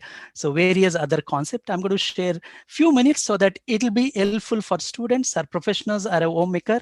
So how you can tune your mind. So basically, I'm going to talk about that. So first of all, Today, I'm going to talk about a few points related to passion. How passion can lead you to bigger success. I'm going to share those concepts. And before that, one of my favorite topic here is reading books. I wanted to ask you a quick question to audience. How many of you are readers? I'm not talking about your academics books. If you're a student, if you're a working professional, if you're a business owner, if you're a housewife, how many of you are a reader? Like a generic non-fiction knowledge related books? Just thumbs up. Wow, super cool. I could see a lot of ants. Wonderful. And if you're a reader, I really appreciate. That is the one of the category, one of the important strategy we need to adopt. So today I'm going to share some knowledge, why we need to read books, how you can develop your passion, how you can grow much faster. Even I share quick my success story so that you will realize. I'm going to talk about 6 important points, how you can grow much faster in your journey. If you're a student, if you're a professional, if you're a business owner, if you're a house maker, any category, how we can grow. Just 6 important points even I adapted because so I came from different background altogether. I was in a corporate company for more than 15 years. One day I decided, what is my passion? What I can do? What I can serve? Then I decided, let me jump into psychology. Let me jump into mind dynamics. That's the reason I quit my job. I started this coaching and training, especially on cognitive psychology, memory, learning faster, and how you can improve your brain ability. So initially I started with Jaisima sir 5 years back. So I started learning this concept. Then I started learning with various different mentors across the world. So that's what my journey. What are these 6 points? Let me explain. First one, all of you, please make a note. Children or parents or professional, please make a notes. Definitely, this will help you to grow. First one, relearning. Relearning is one of the important strategy. It should be continuous learning. I'll tell you one thing. Once we graduated, once we complete college, somehow we stop learning. When we stop learning, we start dying. There is a beautiful quote. So first strategy is a relearning. That's what I did actually. After I quit my job, I started relearning psychology, memory, mind dynamics. Then I'm able to enhance my brain ability. Second point, please make a note. Second point is identify right mentor. Let me repeat again. Identify right mentor. You might be thinking, why I need mentor? I can learn myself. Yes, you can learn. If you go and Google it, if you go and search in YouTube, there are numerous data available. But only thing is, you'll totally get confused what to learn, what not to learn. If you go with mentor will show you where to start, how to continue, where to stop. That's what we need. Quick process, quick shortcut so that you can go much faster in your journey. Anything, either student or professional, please make a note. Second point. Third one, reading books. It is one of my favorite topic, reading books, especially non-fiction books. If you're a student, any of you're reading your curriculum book, I'm talking about go and identify some generic book, some kind of autobiography, some kind of a non-fiction books. See the magic. For a professional and business owner, by default, my recommendation is at least 4 books every month. Just read, you'll see the magic. That's what I did actually. I started enhancing my knowledge by reading books. Even I started that session actually. One of my session like a Read for Success is become very famous throughout India. I started with 50 people, but after I adopted all this strategy, now around thousands of people attending and learning this concept, how to read faster, how to learn better, what are the best books you can read. Please adapt. And the next strategy is rewire your brain. That means how to overcome stress, anxiety, state of mind. Very critical element. Without right state of mind, you will fail. For that, probably you can adopt a lot of relaxation, deep relaxation concept, or even affirmation sankalpa. You know, all of you, affirmations and sankalpa, it's very powerful. Whatever you think, you're going to attract. If you say I'm good enough, you attract. If you feel that, okay, I'm not good enough, I'm not able to get good score, I'm not able to improve in my professional journey. If you think that I'm not going to get business, So what happened? You are attracting that. Go and tune your brain using certain few powerful affirmation. Even I'm going to share that today. Let us see that. The next point, proper planning. You need a proper systematic planning. Either you are studying, either you are working, or you are a housemaker. You need a systematic plan, time management planning. When you go with a particular planning, you will enjoy. And the final 6th point is consistent action. Without action, there is no law of attraction. You know, right? You believe law of attraction? Last 6th letter of law of attraction, you know, right? It's action. You need consistent action continuously. You will see the magic. So that's what I did actually. I adopted these 6 strategy. Then I'm able to see good major success in my business, my personal journey. I'm recommending all of you, and reading books is one of the beautiful strategy. Please adopt at least every day. Just start with 15 minutes reading. You will see the magic. You will see the magic. So what I'm going to do is, as it is a limited time, so I'm going to suggest only 2 important strategy. One is be with the right zone, be with the right mindset. Second one is take consistent action. You will become successful in your journey. So this is what I did. Along with that, I'm part of a memory sports, attended along with the Jayasinghe sir in international memory competition as a referee. And so we won in a national championship. It's a wonderful journey. Make sure that please learn this methodology, memory learning strategy. You will enjoy. You don't need to spend a lot of time. Do smart work. So avoid hard work. That's what my recommendation. And so thank you so much for listening. Before going to close my talk, I'm going to give you one quick affirmation. All of you, please make sure that be with that positive zone. Read affirmation every day.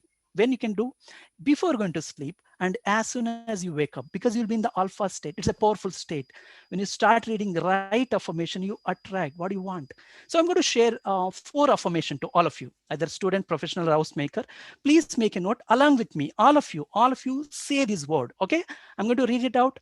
4 different affirmation. Read right now, and before sleeping, as soon as you wake up, you read. That's what I'm keep doing.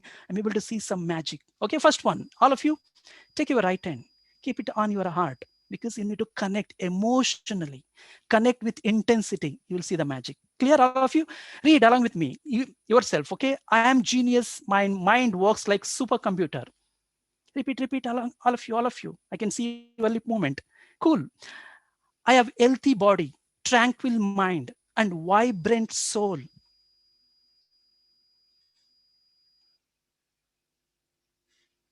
Each day of my life filled with abundance. And the last one, very, very critical, very important. Every day, in every respect, I'm doing better, and better.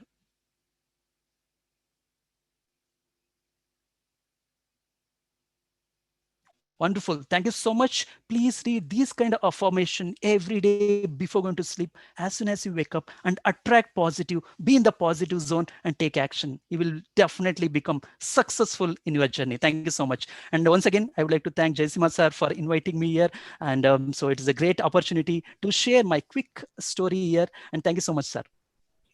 Thank you, Dr. Manjunath. And it gives me a lot of pleasure that 5 years back, he was a very successful software engineer.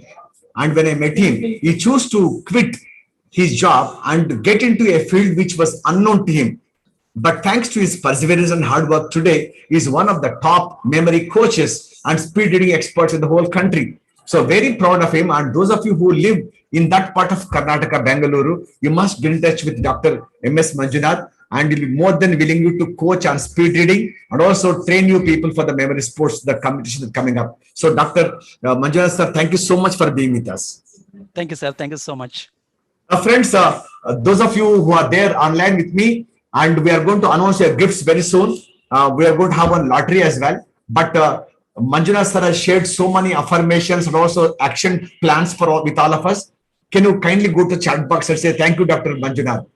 Can you put a small little word? Because that's what we can pay our respects to one very important person. In spite of he being so busy, he came online the moment I requested him. So just put one word of thank you in comment box as well. And friends, the next speaker that we have is a very, very, young genius, a memory trainer, Bhuvan Dhanesha sir.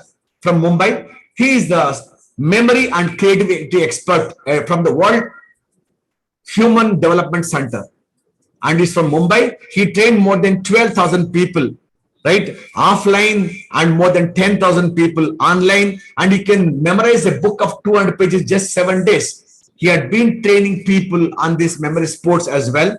And his aim is to help millions of students make the study their buddy, means study. How can it become very joyful? And he is going to talk to us next 5 minutes about his journey in the field of memory sports and how human intelligence is more important than artificial intelligence. So over to Bhuvan Danisha sir. Thank you. Thank you so much, Jaisimha sir. First of all, I'm so privileged that you invited me to speak on this platform.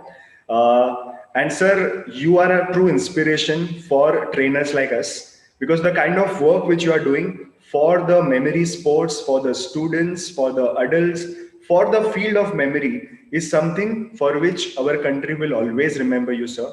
So thank you so much, sir, for inviting me here. And friends, I have a very important message to give here.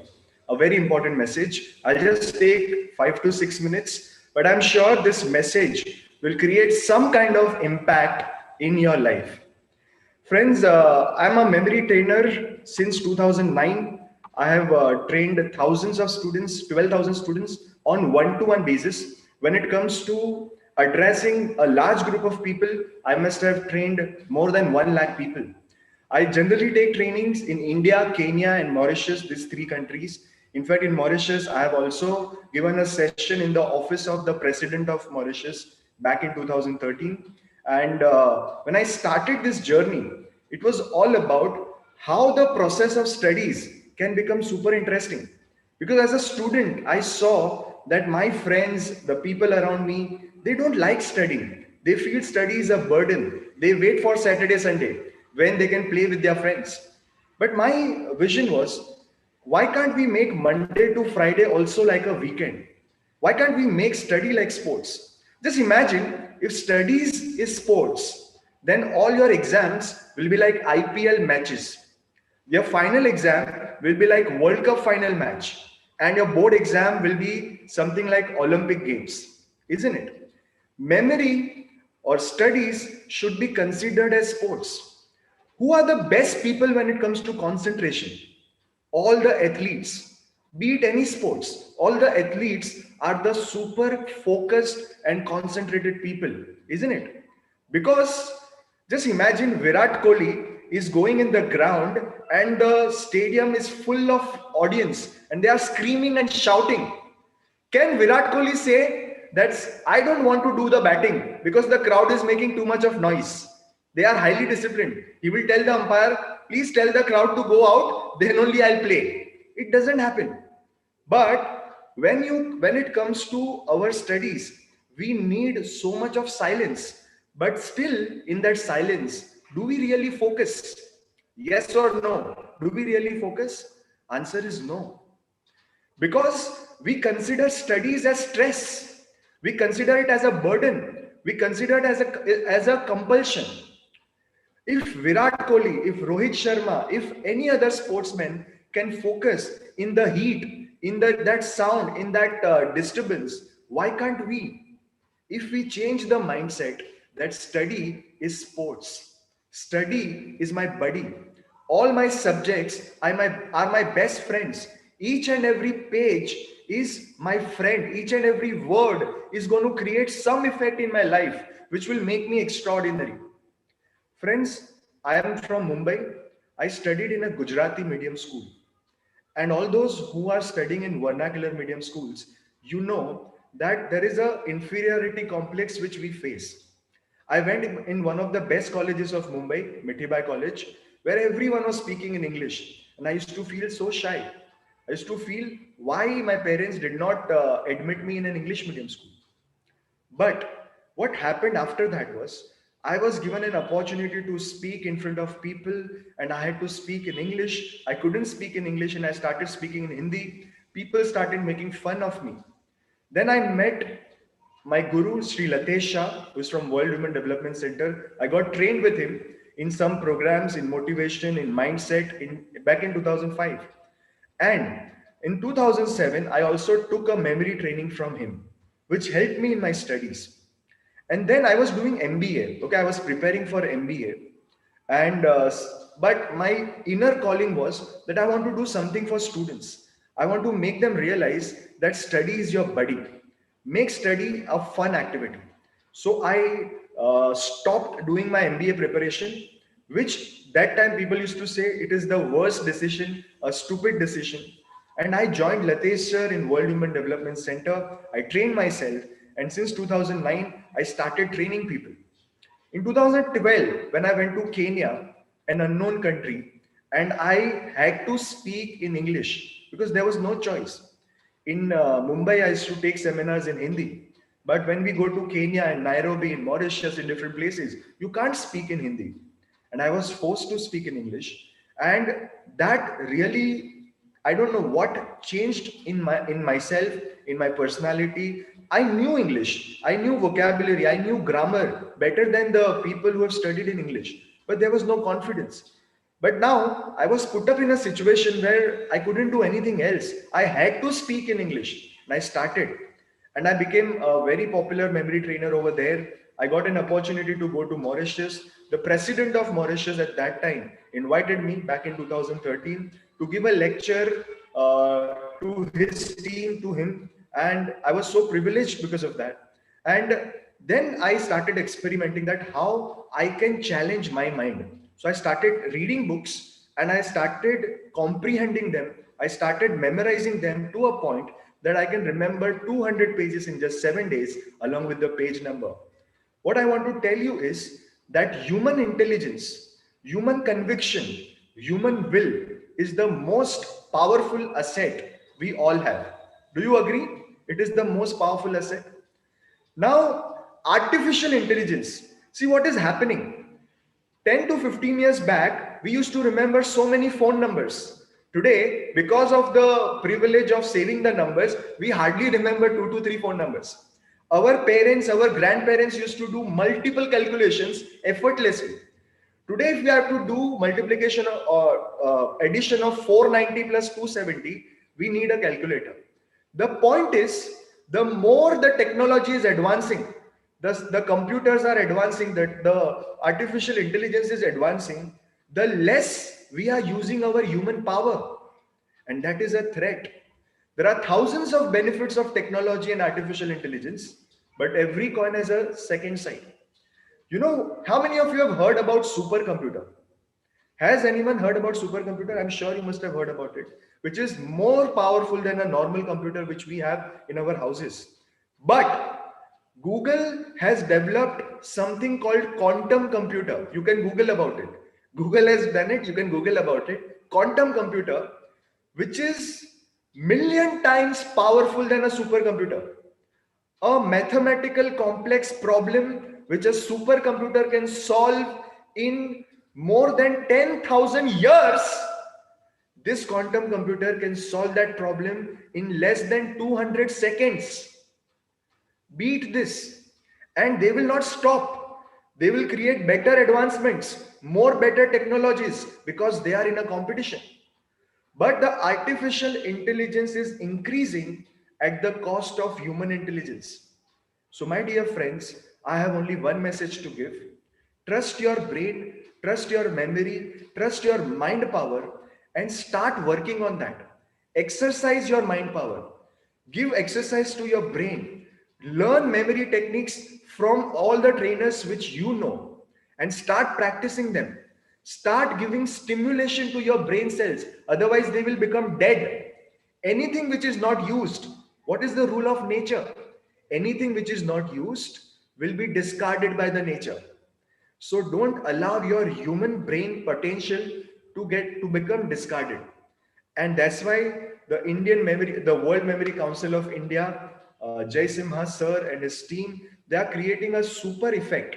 They are coming up with the Indian Memory Championship, online Indian Memory Championship. So I would request all of you, whether you know memory techniques or not, just participate in this for the sake of your human power, for the sake of your brain power, and for the sake of our upcoming generations. Otherwise, artificial intelligence will one day take over human intelligence. This is Bhuvan Dhanesha. I train students in various fields, normal common programs for memory students, as well as I also train people for opting for CA exam, MBA exams, medical exams, then UPSC exams. I specialize in giving memory techniques as per your specific requirements. So this is what I have to say. And one final message: do join the Indian Memory Championship and let's make our Indians the world memory champions. Thank you so much once again, Jaisimha sir. And with this, I end my session. One last sentence I'll say: let's make our study our buddy. Thank you so much. Thank you, Bhuvan. Such a beautiful message that you gave. Anything that you don't use, you are going to lose it. So nature says use it or lose it. That's what Bhuvan says. The way we are working out in the gym, the way we are swimming and running on the track, we are taking part in the Tokyo Olympics. That way, we need to take part in the Indian National Online Memory Championship. So kids, junior, adult, senior category, whoever you are, whether you are into school, you are into college, you are retired, doesn't matter. There's a platform for you to showcase your talent. And Bhuvan is there, I am there, and so many other speakers who are going to come. They'll be teaching you these memory techniques. So the link for joining the memory championship on 31st of October online is already there in the chat box. You can click the link and you can register for the program. Now, friends, can you kindly come to chat box and say a word of thank you to Bhuvan Dhanesha sir, such a young, dynamic memory coach from Mumbai. And very, very fortunate to have such wonderful people who are taking this momentum forward. So even after I leave, there are so many people who will take this torch much way ahead. And let me introduce the next speaker to you, Dr. Sriram Santosh, the President, Memory Council of Tamil Nadu, trained hundreds and thousands of students in the field of education and also memory sports. Many of his students have got into Limca Book of Records as well as India Book of Records. He runs an institute called Brainius, right? And this is the Mind Gym for everyone, program called Brainius Mind Gym. And he had been coaching children, and his students have won a lot of medals in the memory championships as well. So he's always there with me. I know this young man for many years, and Santosh is there with all of us. And he's a doctorate, and his passion towards memory and for children improvement, for commitment is something amazing. So you talk about memory, Vedic mathematics, Rubik's Cube, he is there in every field that he is going to teach us. So over to Dr. Sriram Santosh, the President, Memory Council, Tamil Nadu. Over to you. Thank you so much, Jaisimha sir. Memory evening to all, memory evening. Okay, it is not just a normal evening.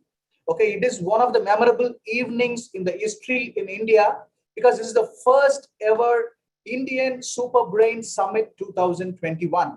Even after many years, we are going to remember this day, right? Okay, in this world, there are three kinds of people. The first set of people make things happen. The second set of people watch things happen. The third set of people wonder what happened, right? So when we all are thinking what it is going to come and what we are going to do next, okay, the man on the mission, squadron leader, and the multiple Guinness Book of Records holder, and my beloved guru, right? So Dr. Jaisimha sir have made this day to meet each one of you here and interact with you today. If this man is not here in India, after Dr. Francis Xavier, many of us don't know what is meant by memory. Many of us are not aware what is the Memory Championship is all about. He's a great inspiration to me. It is not just to me. To millions of people we have trained, and he became the great inspirations to them. And they have come into the field of memory and they have come up and showing their skills to the world. I have few questions to you. How many of you want to become successful in your life? How many of you want to become successful? Everybody, right? Okay, how many of you want more name, fame, and want more money in your life? Raise your hands. Everybody, nobody will say no, correct? Similarly, if I ask you, how many of you want more memory? Without any hesitation, everybody will raise your hand. Yes or no? right? Just imagine there is a way balance in front of you. If you put physical fitness in one side, and if you put mental fitness in another side, okay, definitely the weightage will go to the mental fitness. You know why? The people who don't have hands, they can shine in many fields. The people who don't have legs, they are achieving a lot of records in many fields. But the people who don't have brain, they can't even move one small object from one place to another. Yes or no?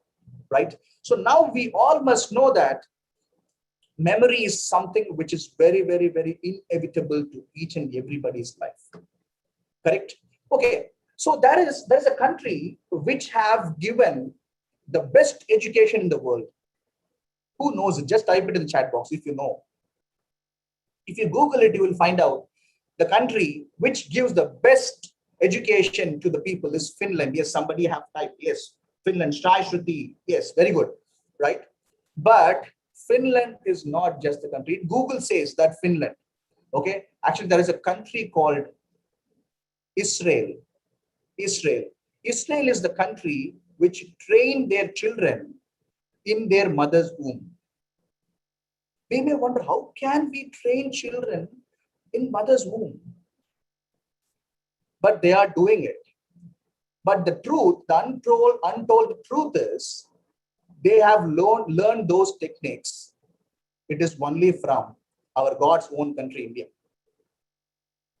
Now we don't know what it is all about. But they are stolen it long back, and they are training their people in their mother's womb, right? So similarly, Indians are not just normal, okay? When they don't even know what this language is all about, we were doing agriculture here, correct? So we must know, and we must give importance to the memory here. See, I have trained a lot of people all over the world, US, UK, Singapore, and many other places. But if I ask them, except very, very, very few people, they don't even know what this memory is all about. And they wonder, if I tell them there is something called memory training, they all wonder, wow, is it? If it is memory championship, they all don't even know, right? Actually, India and China have started this memory championship together. But if you count the number of athletes in China, there are more than 5,000 right now. But if you count in India, there are not even 500 good memory athletes who can compete in the championships. Right? Not even 500. Definitely, we all should give importance to this memory right now. And I'm expecting that there are a lot of memory championships have to come. And we are the national committee. We have decided every year from now onwards, we can appoint one president to each and every state and conduct a lot of memory championships for the state and districts to bring in a lot of memory athletes all over the country. I am privileged to tell you that, okay, I became the first president in Tamil Nadu. It has been appointed by the National Memory Sports Council for India. They have appointed me, and there are a lot of championships which I am planning to conduct in future. And similarly, there are a lot of other presidents who are going to come for each state, and they are going to conduct a lot of memory championships. And I'm expecting a lot of support, tremendous support from each one of you here.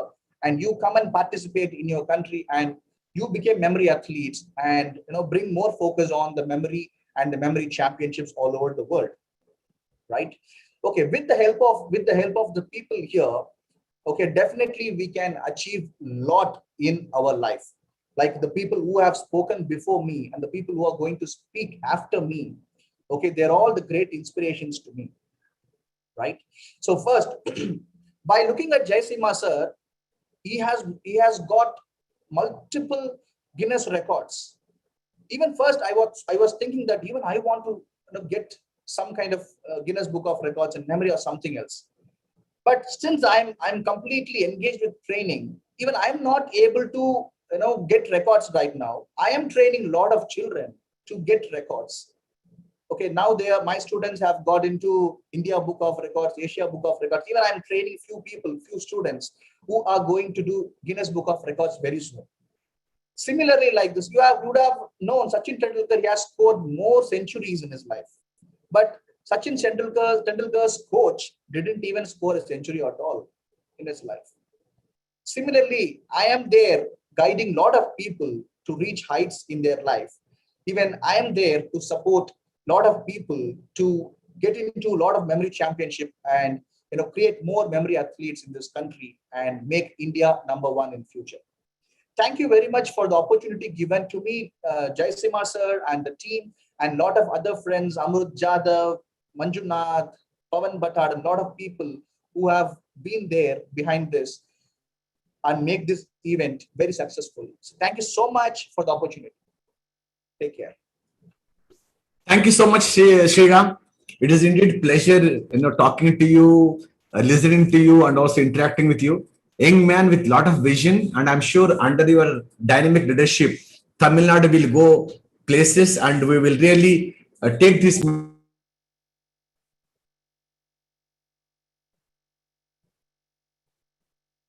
Sir, kindly unmute, sir. Sir, kindly unmute, sir.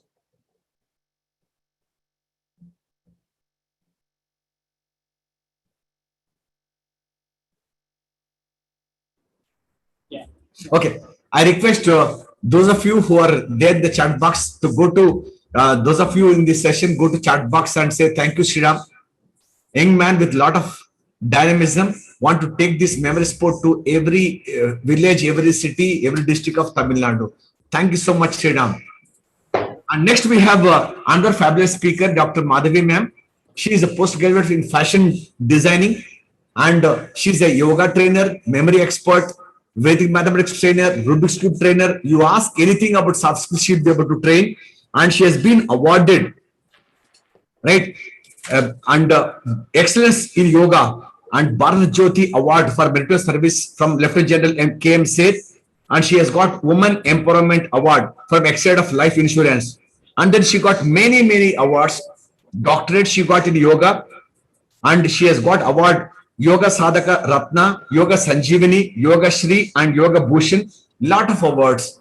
And she is a person, any of your children who want to learn, she knows the ways to teach toddlers, small children in a very, very affectionate way, very innovative way, very creative way.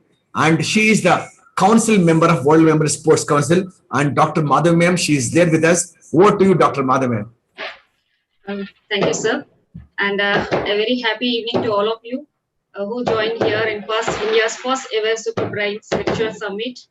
And first of all, I would recite of my pranams to my Guru and President World Memory Sports Council, Mr. Jaisimha sir, and Secretary World Memory Sports Council, Mr. Mandal sir, and my dear colleagues who participated in this summit. So this is Dr. Madhavi Chaudhary. I'm a yoga therapist, as sir told, and I'm a memory and Vedic maths trainer and international arbiter and science secretary for WMC Sports Council for India. So since I was a child, here I would like to share my some experience about this journey, how I came to know about the memory and how I use this memory techniques and all, how I am and what makes me that memory and what I am here to use. So since I was a child, I was very inquisitive to learn new things, makes me here and what I'm here think. For that beautiful thing and listening and learning ability makes me growth. As actually it's a growth, gives a good growth to me into an entire life. So that is a one good thing, as sir Amarnath sir told, that comprehensive skill. Yes, sir, comprehensive skill is more important to learn many things. As a child, I'm born and brought up in AP. Up to 10th standard, I was in Telugu medium. I don't know how to speak, how to talk. I'm completely less in communication skills. I don't know even one single word in English, how to speak, how to talk. So because I'm completely in municipal school studies as in Telugu medium.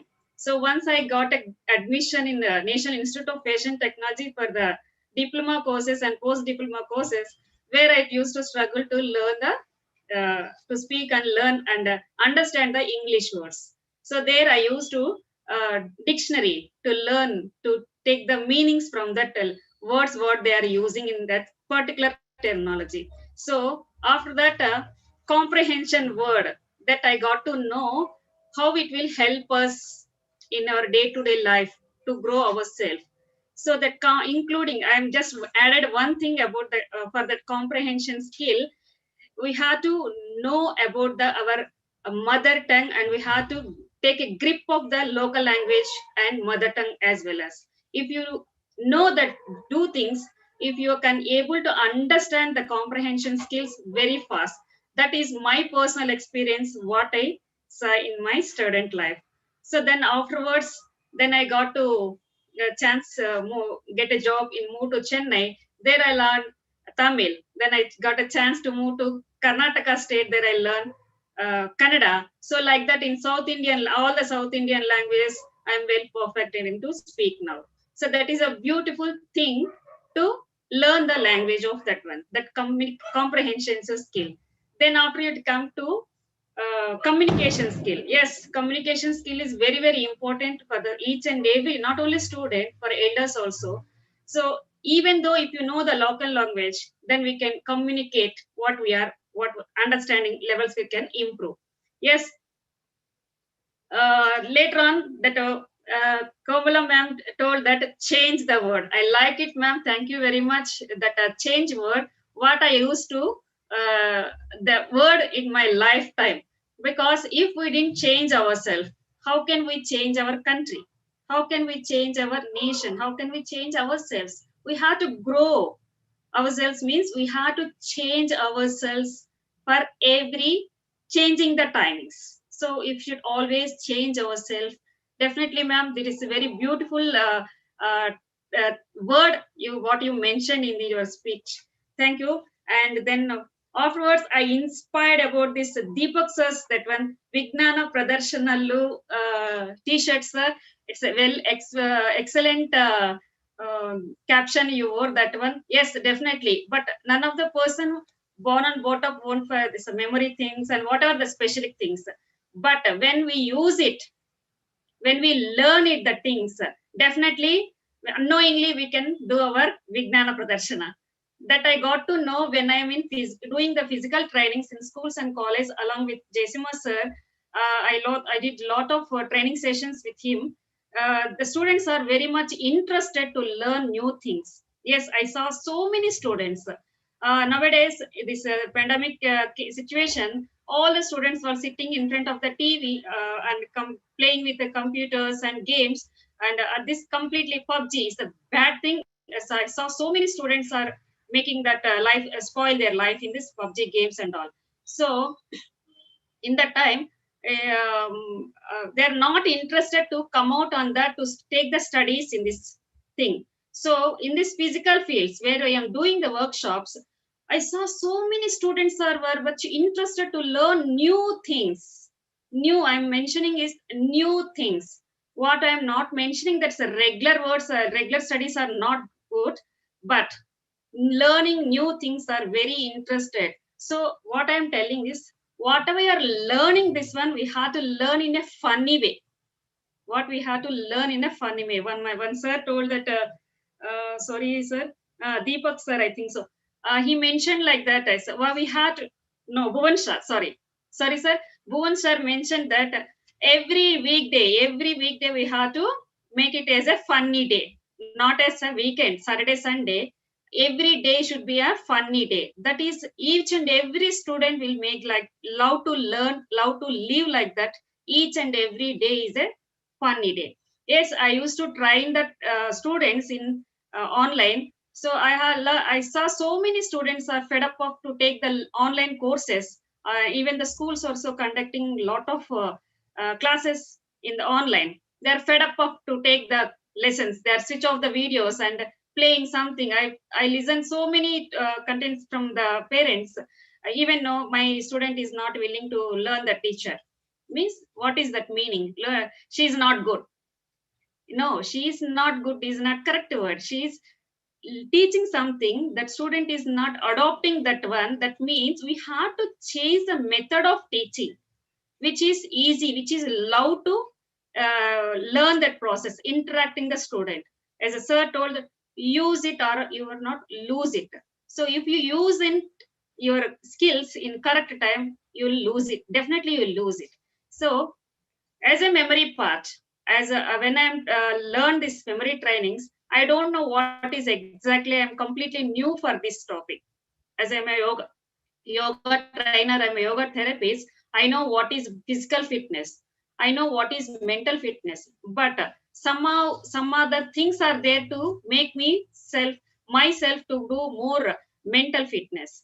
As I'm a left-hand trainer, I'm a left-handed person. I used to use my right brain a lot. 100% I used to use my right brain a lot. That means I am very much interactive person. I'm very much enthusiasm and art and culture and that type of techniques I can use. But I am very zero personality to calculate it. To the mathematics, I hate mathematics.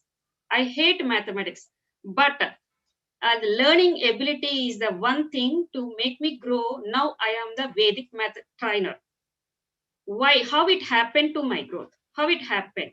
That happened when I used to do the mental fitness along with my physical fitness. I used to start the mental fitness doing the brain gym exercises. Now I am an expert in brain gym exercises as well as memory trainer. I used to do this all the things daily. Then I become interested. I got to start the interest to learn the new things in mathematics field also.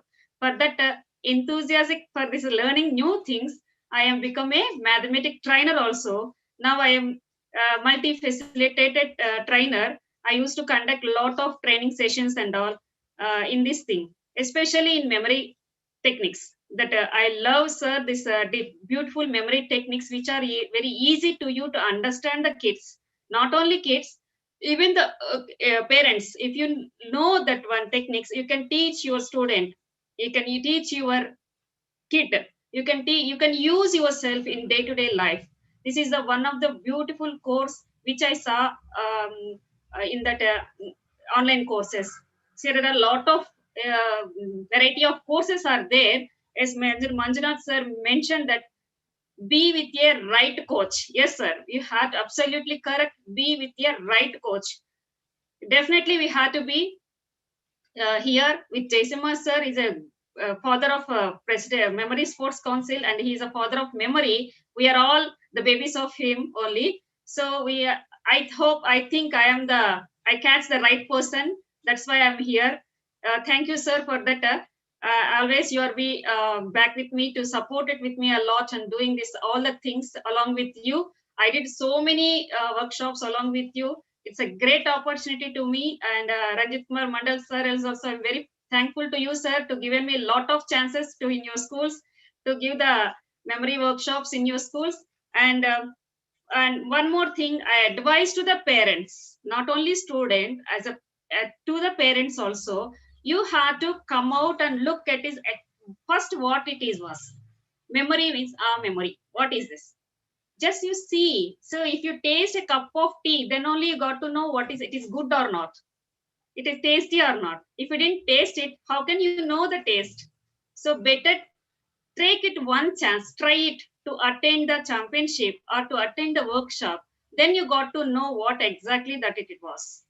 So definitely you make interest to do this one. And second thing, the affirmations. Yes, affirmations are very, very useful to me as a personal thing.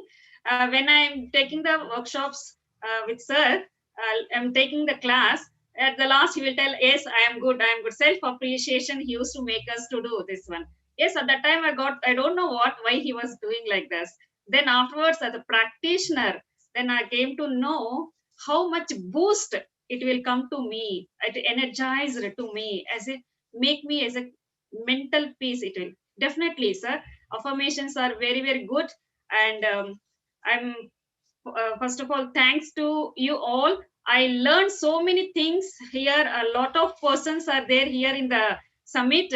I learned different persons, different skills from all of you. Here I have Pawan Bhattad sir. I learned from him speed reading, and Manjunath sir is there, and Santosh sir is there. A lot of trainers are there. I learned so much of skills. I didn't stop my learning. He used one thing. So relearning, yes, relearning is very, very important to day our life. We have to cope up, we have to improve ourselves. Then otherwise we'll be there only. We can't come out from our day-to-day life. We'll be there only. Yes. If you want to grow yourself, if you want to learn something, just choose a good path, good trainer, good mentor. Keep on relearn yourself. Definitely you will be achieve. You are the unique personality in this entire world. Thank you, sir. Thank you very much for this great opportunity to given me. Thank you all. Thank you, ma'am, for this wonderful speech that you gave. Friends, give Dr. Madhavi ma'am a big round of applause, and also go to chat box, put a word of gratitude to her that she had come and joined us and shared her wisdom with all of us. And then just hold. I'm going to call very important speaker right now, the chief arbiter of the World Memory Council for India. Before that, those of you who are online, stay put. My colleague is going to take out a draw, and then whoever wins the draw, you are going to get some special prizes, gift vouchers, and which our team will contact you. So just hold on line, and all of you who are right now, who are there, still there. So the draw is going to happen just now. Just hold for a second.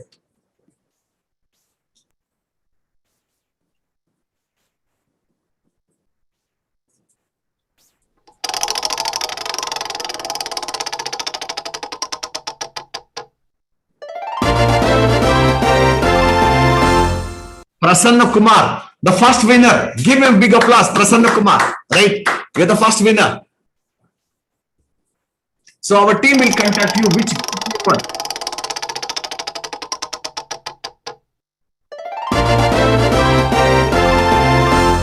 Kiran Guru. Okay, Kiran Guru 12@gmail.com. You are the second winner. Just be online. And one more lucky winner. Just hold on. You're going to spin the wheel. Let's see who's going to win.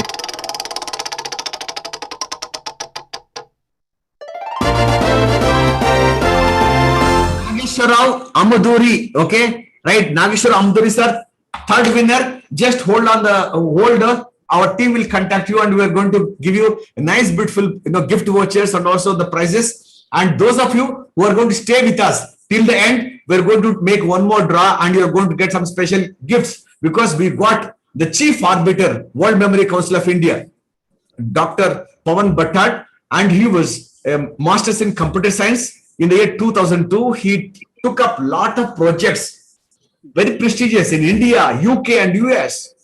He had been working on desktop, laptop, palm top. Then he thought, more than anything else, he should work on the neck top. And how does this neck top, means brain, works? He has done so much of research. He is an expert mind map trainer. His famous program, Read 100 Books in a Year, is all over. If I had been conducting memory championships every year, it's all because of Pawan sir. You ask for any expert advice on any championship discipline, he's there to help me, and he's there to guide you, and he's there everywhere. And he's very, very busy trainer, and he has been doing free training programs whole day, 2 days, 3 days, non-stop free training. He has taken it as a mission. So from a promising career from software to becoming a speed reading coach, how to read 100 books in a year, mind map expert, chief arbiter, World Memory Sports Council for India, Pawan Bhattad. Welcome, sir, on board. He will be talking to us the importance of memory sports. Over to Pawan sir. Thank you so much, Jaisima sir, and a warm welcome to all of you.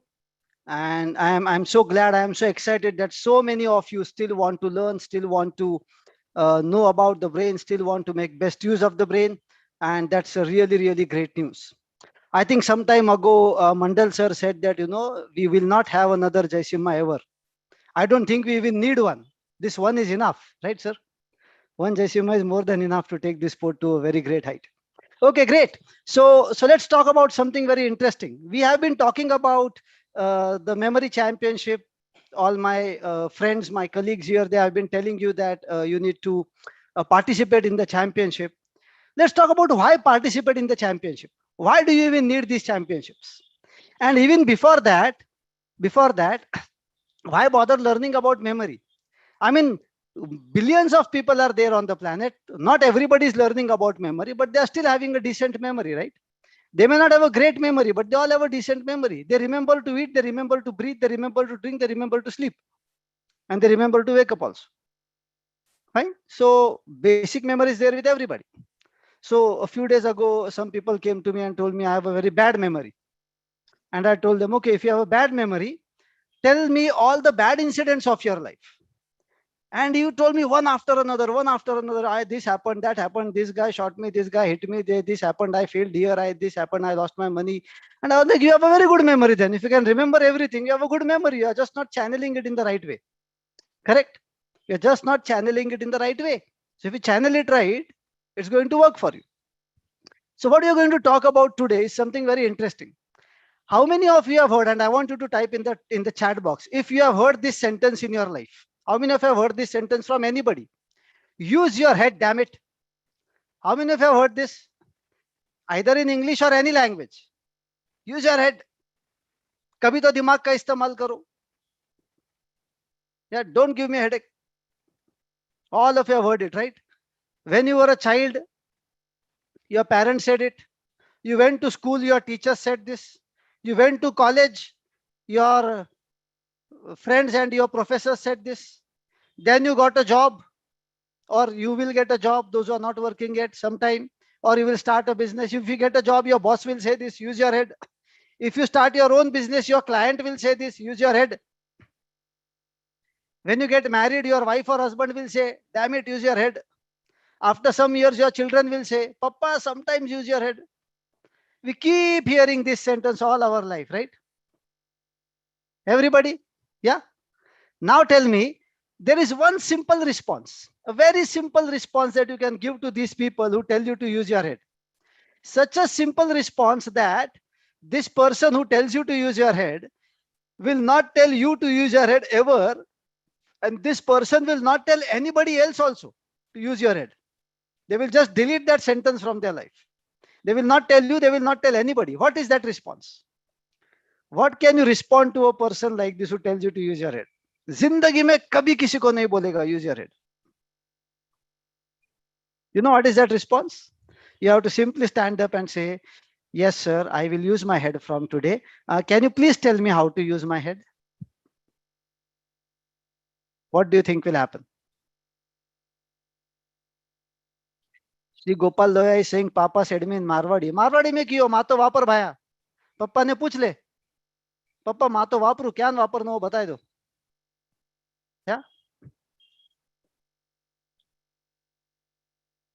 So the point is, the moment you ask this, now of course you have to take care of the respect level. Okay, don't simply, but you can still ask the same question respectfully, right? If for example your friend tells you to use your head, you can respond like, tell me how to use it. What do you know about it? If your parents or your professor tells you use your head, then you have to say, yes sir, I have been attempting to do it and I really want to learn more. Can you tell me how to use the head more? Can you help me how to do it better? That much you can say, right? So respectfully you can tell the same thing. Now what will happen to this person when you say this? This person will be like, yaar, even I don't know. Who knows how to use their head? Only thing we know is how to bang the head on the wall, right? We don't know anything else. So now what happens is this person will stop and this person will think, if I don't know, how can I tell others to use their head? Matter closed, file closed. Yeah. Now the question is, how come very few people know how to use the head? Right? And whereas we all know that it is because of the brain that we are a wonderful species. Correct? All other animals around us, they have the same kind of a body, more or less. They have lungs, we have lungs. They have a heart, we have a heart. They have a stomach, we have a stomach. We have 5 senses, they have 5 senses. We walk, they walk. We see, they see. We have hair, they have hair. Some of us have less hair, but that's okay. Yeah. But the point is, more or less the body is same. Then how come human beings are excelling so much and animals are not?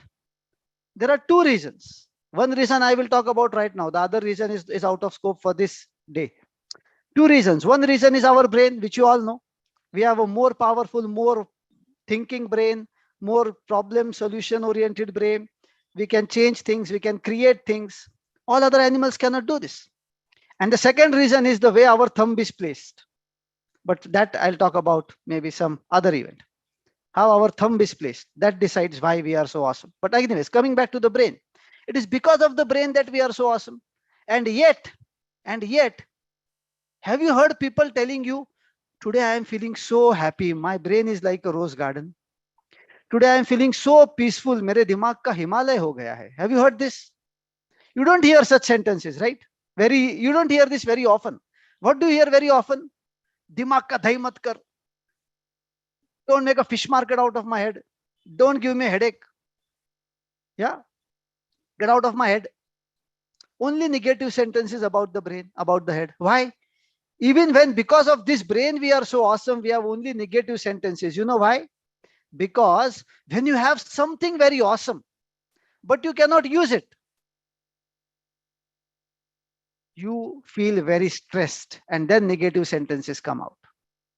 See, if I give you a best MacBook, the top model MacBook, or the best phone in the world, or the best laptop in the world, and I tell you, you cannot use it, only keep it with you, but don't even open it. Will that phone and laptop give you happiness, or will it give you stress? Type in the chat box. Will it give you happiness, or will it give you stress? Obviously, it will give you stress. Similarly, because you know that this is a very wonderful phone, a very wonderful computer, a very wonderful laptop, a very wonderful device, but many people don't know how to use this, so they get the stress. And when they get that stress, again, matter close, right? They start having negative sentences about it. And that is why it is very important to learn how to use this. How to use this supercomputer. Only saying that the human brain is a supercomputer, it can store multiple terabytes of data and it can generate 1,000 thoughts every second, and that is useless unless you actually use it, right? So let's do a quick exercise, and I'll tell you why you should learn, especially about memory. So very quickly, I want all of you to type in the chat box all the various things that our human brain does. What all do we do? Type in the chat box very fast. What all does the human brain do? Thinking, sleeping, writing, eating, think and store, imagination, memory, playing, cooking. Brain does cooking. Dreaming, yes. Even more important, daydreaming. Thinking about a job, training, learning, refreshing, analysis, planning, yes, studying, creating, creativity, yes, being happy, thinking, imagination, calculation, logic, impulses, guessing, so many things our brain does, right? So many things. Emotions, yes, setting a goal, very correct. Assumptions, very good. So many things our brain does. Now, if I ask you out of this entire list, there's so many things that the brain does, out of this entire list, I want you to find 2 things because of which all other things are there. 2 things on which everything else is dependent. Without these 2 things, nothing is there. Absolutely nothing. What these 2 things will be? Urvi is right. Memory, not happiness, not emotions, not God, not thinking is correct. Yes, Sai is correct. Thinking. Memory and thinking. Think about this. Every single thing you do primarily derives from your memory and thinking. Am I right?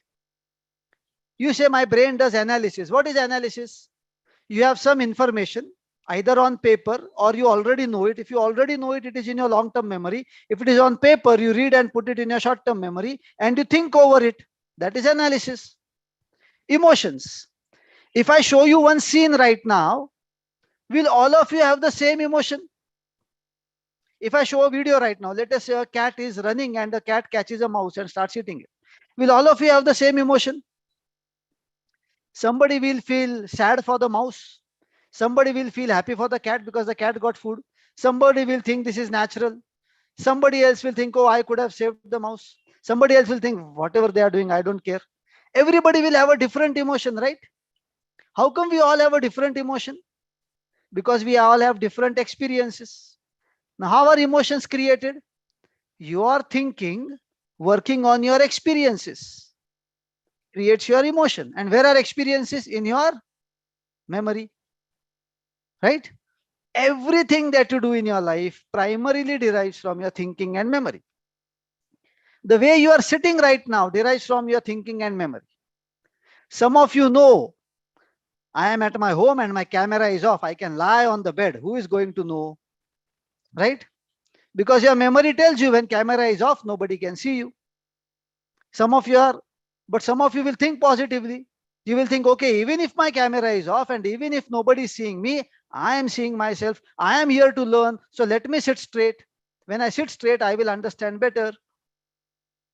Thinking and memory. Every single thing you do in your life primarily derives from thinking and memory. Every single thing.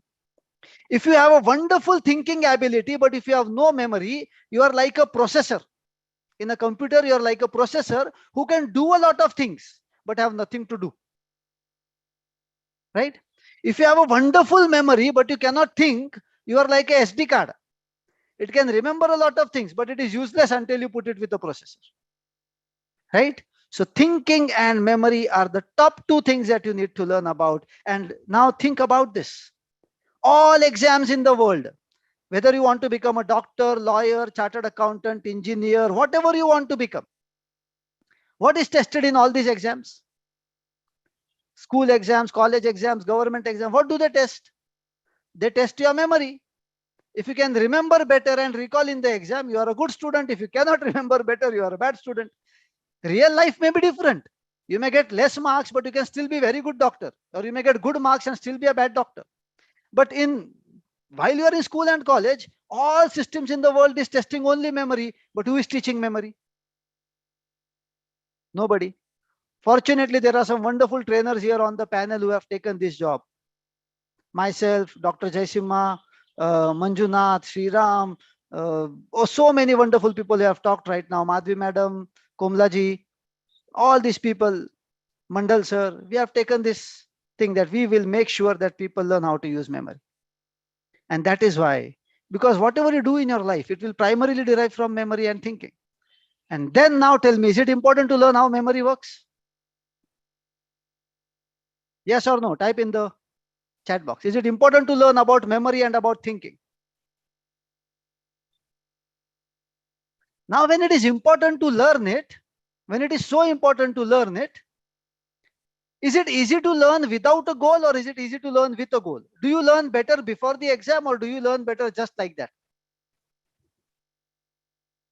Automatically, when you have a goal, learning becomes easy, right? And that is the purpose that this memory championship serves. It gives you a goal, something to achieve so that you feel motivated to learn about memory. And that is why participating in the championships is a great idea. Fine. I personally don't teach for championships because I'm the chief arbiter. I always want to be neutral. I never wanted my students to compete with other students when I am myself the chief arbiter. So I don't teach about championship, but I promote championship a lot. I want all of you to practice, learn about memory and participate in the championship, not because you want to get a trophy. Of course, that's a good goal to have. But this trophy, this championship will help you learn about memory, which it will then be useful in your school, in your college, in your daily life. It will help you remember your wife's or husband's name and birthday and anniversary. How important is that, Because if you forget that, then your life is half over. Okay, anyway, so this is why you need to participate in the championship, right? Jaisimha sir told you about this program that I conduct, how to read 100 books in a year.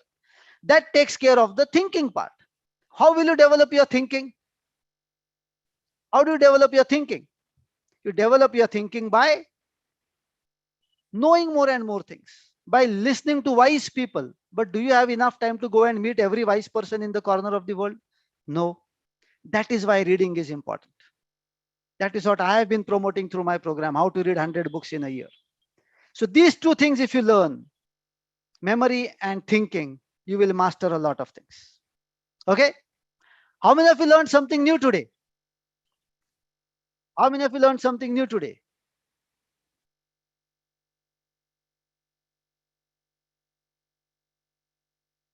Wow, wonderful, wonderful, fantastic, fantastic, great. So thank you so much for joining in and thank you so much, Jaisimha sir, for giving me this opportunity to speak with this wonderful audience, wonderful students and wonderful learners and wonderful trainers on this platform. Thank you so much. Thank you, Pawan sir, for such a wonderful insight into memory sports, why we should actually pursue memory sports.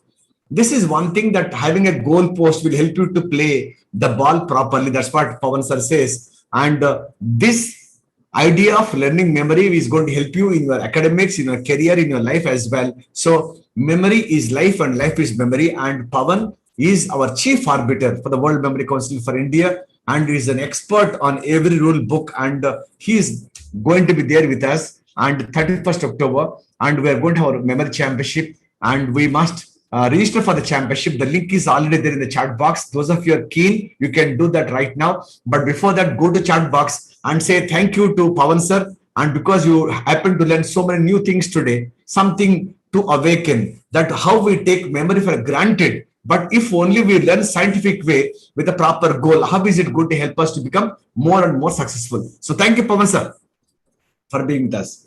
So friends, we have two more speakers today. The next one is Dr. Nabal Pajiar, and is a Guinness World Record holder, young, dynamic, wonderful memory trainer.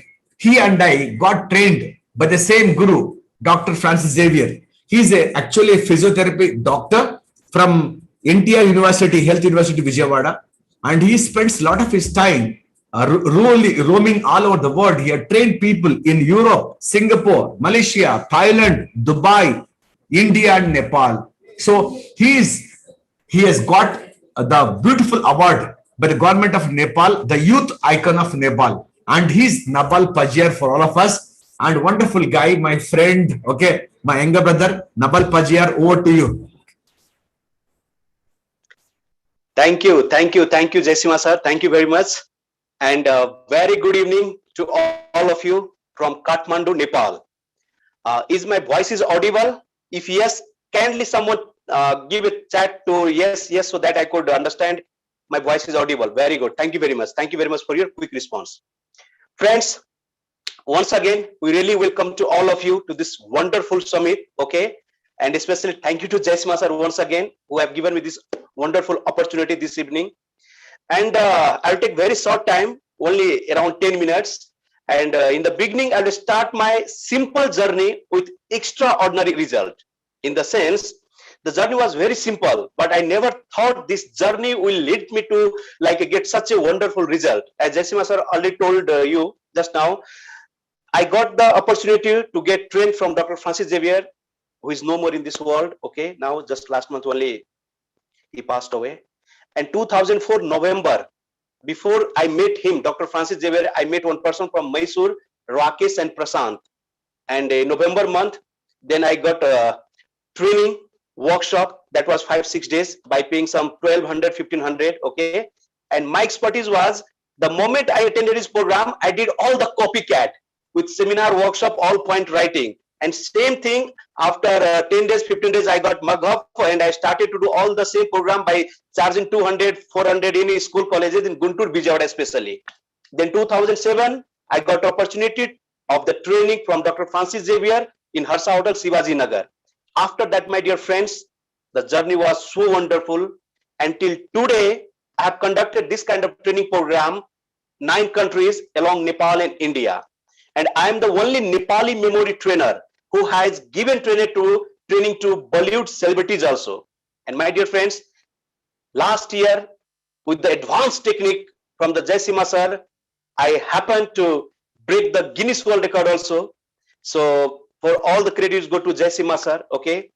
And here, only my aim to tell you, my dear friends, if I were working as a physiotherapy, my life was very simple. And it could have been, like as a normal, same routine, going to clinic, hospital, coming to home. But because of this training field, I got opportunity to travel many countries, many beautiful places. And the more importantly, I always have got the chance to meet with all the successful people only. That is the truth. Okay. So those who are attending this evening as a parents, as a student, I suggest you, though even you are intelligent, even you are very talented, please learn this technique, what Jaisimha sir is teaching, what other trainers are teaching, and get new skill so that you could be entirely different than a normal people. Even you look normal, but your, like the approach, your attitude, your result will be really extraordinary. So my dear friends, this field is very wonderful, and especially what I like in this field is there is a freedom. Yes, my dear friends, there is totally freedom. If I wish to conduct program, I really conduct. If I don't want to conduct, no program. Enjoy with the family. And because of this training, because of this memory, I have one very wonderful result in my life. In a funny way, I want to share with you. See, when I was in a student, I was a very, I never got a first class. I tell you honestly, never got first class, SCC +2. But in a class, I was, like one-sided love with someone, okay, who never cared for me because I was middle or bank bencher. I got admitted in a 11, 12, the same college only to see her, actually, to be honest with you. But unfortunately, it never happened to talk with her, okay, because they were very talented students, and I was very normal. It's fine. After 10 years, I met her in Kathmandu while I was conducting my public workshop in 2011. And you know what? The girl who rejected me in school or colleges, now she has become my wife as my life partner. Just because of this memory. You know why? Because when I demonstrated that 100 digit among the 500 plus audiences and demonstrated some calendar, and then the way work was going on and that money, this and that, you know what? Extraordinary.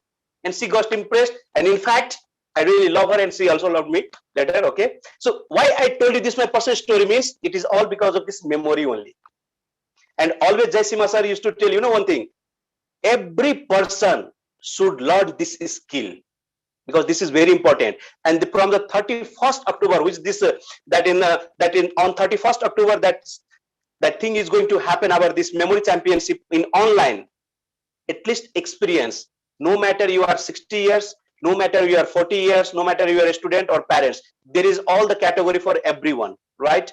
And why you should attend, I want to give you one specific reason, which our Guru Dr. Francis Xavier used to tell in his program. Is a very simple, like a 30-second, 1-minute story. Please listen. This story is about a man. This story happened in Germany, okay? That man, John, he has done some crime, and that court has given him punishment as a death. In the next morning, he was about to get the hang, okay? So he was sitting on a jail with the offset, something like that. And one person was playing flute, very nice, with a very nice sweet sound. That John, who is about to be hanged tomorrow morning, he went near to him and saying, "Brother, would you mind to please teach me how to play the flute?" Then that man asked surprisingly, "Are you not the same man who is going to be hanged tomorrow morning?" "Yes, I'm the same man." "Then why you want to learn this thing?" Then beautifully he replied and said, "See, brother, I know that I'm going to die tomorrow. I'm going to be hanged tomorrow. My life will be not from tomorrow, but still tonight is with me. And if I learn this skill, how to play the flute, at least I can die happily with the feelings that before I die, I learn a new skill." Yes, my dear friends. I'm not saying you should also become the memory trainer. I'm not saying that you should leave your job and business and go to do the business, like become a trainer, like what I explained about my life. Not like that. But at least as a human beings, try to get that experience. What Jaisimha sir is teaching, like what that competition is on 31st October. It's not a competition, it's a kind of experience. And our Guru used to tell, when you win, but when you lose, you learn. And actually, your experience only gives you the better life. Yes, my dear friends. So do not miss this opportunity actually. And I tell you, in my society, in my country, people call me, people love me with lots of love and respect. You know why? Because of this field only. There are many doctors in this Kathmandu, in Nepal, but even president, even prime minister, even lots of ministers, that some police background, hero, heroine, actor, all they are my fan actually. You know why? Just because of having little bit skillful memory. I'm not saying I'm the brilliant in this world, but of course, I'm a skillful man, which they cannot perform, and they feel that I'm the extraordinary person. my dear friends, please learn. And all together, as we are human beings, first attitude it should be at our heart is never make upset about to yourself, and same time never hurt others, and make happy yourself and make happy others. Life will be very simple. And one more thing I'll tell you, in a life, no matter either you are thinking bad about others or good about it, does not a big matter, but still try to feel very, very good about yourself. There is a simple problem to even many people. They always think good for the others and they think they are bad for himself. Not like that. So always literally be selfish. Always think for good yourself. There is nothing wrong in that. No matter you, if you are not able to think good about anyone, chalta hai. But at least think good about yourself. This is the very, very important. And my dear friends, anywhere, everywhere, if you really want to go, if you want to enjoy your life, only thing remember, I know, see, many people, they know the things, but they do not understand. Everything is known to everyone. But the thing is, they do not put in action. This is the big problem. So my thing was to tell you, anywhere if you go, if you want to be happy, healthy, wealthy, then one habit from today onwards, keep in your mind, unnecessary, all the time. Never, never try to correct to everyone. Not your wife, not your parents, not your children. Rather, try to connect with them at emotional level. If you are success to connect with your family, with your staff, with your colleague, with your audience, naturally you are successful. You know why? People loves connectivity, not the correctivity. They can learn their own. See, even if I tell you right now anything, nothing will go to your mind. But why I told you my simple story? Because what I felt, same thing I told you. There is nothing called artificially. You can feel. Because always I conduct program in Hindi and Nepali. Okay? But till today, as I told you, I have been conducting this kind of program 9 countries, including Nepal and India, Singapore, Dubai, Malaysia, Thailand, Germany, Belgium, Paris, Holland, different countries. You know why? Because of this memory demonstration. Yes, because of having skillful memory. So my dear friends, I strongly suggest to all of you, those who are presenting here, even as a parents, as a teacher, as a students, do not miss this wonderful opportunity. Just experience. And I was surprisingly laughing in myself. Somebody has put on one line chat, sir, can we attend in free of cost? Friends, in Hindi it is said, यही गरीब सोच से इंसान कभी आगे नहीं बढ़ता है. What you get the extraordinary by just saving your 1500? Tell me one thing. Nothing. That is a kind of, you know, like a small snacks with your family, right? But any people, those who wants to get success in life, their mindset is very, very important. If you have a poor mindset, no, I guarantee you, even there is a crores of rupees in your account, no difference at all. Their lifestyle, their attitude will be as a poor man only. So my friends, very short and sweet because time is running. I'll not take too much time. Okay. Simple. Grab this opportunity because anything comes to you. If you pay no, for that return, it comes to you in return multiplying. But if you take anything free of cost, even in past, you might have experienced, if you have been given anything free of cost, you have never used that. Yes or no? So this is very simple thing. Attend this program. And Jaisima sir is a very wonderful person on this planet, you know. As Jaisima sir told that I have been got training with the same guru, okay, like what with Dr. Francis Xavier sir. But I tell you, after that, Jaisima sir has guided me a lot, motivated me a lot. And if anything happens to me, sir, like this field or like how to design this, how to get this, and sir, always, even in his busy schedule, he always he has guided me, okay, in a proper way. And for that, thank you, Jaisima sir, for your wonderful. And see in my back, you are able to see Guinness World Record. You know, it is by the blessing of Jaisima sir because he guided me. And 1 year of hard effort, finally, I achieved that by memorizing 54 objects just in 1 minute. Yes, my dear friends. So I suggest you, last but not the least, हमेशा खुश रहो, खुशी के साथ दूसरों को भी रखो, और attend this program, use this opportunity, and always be happy no matter what. Be happy, and being happy should be your mindset, does not depend in any circumstances. Got it? So by this, thank you very much. Thank you very much, all of you, for joining this program, and especially our Jai Sima sir for giving me this opportunity. Thank you to everyone. Thank you.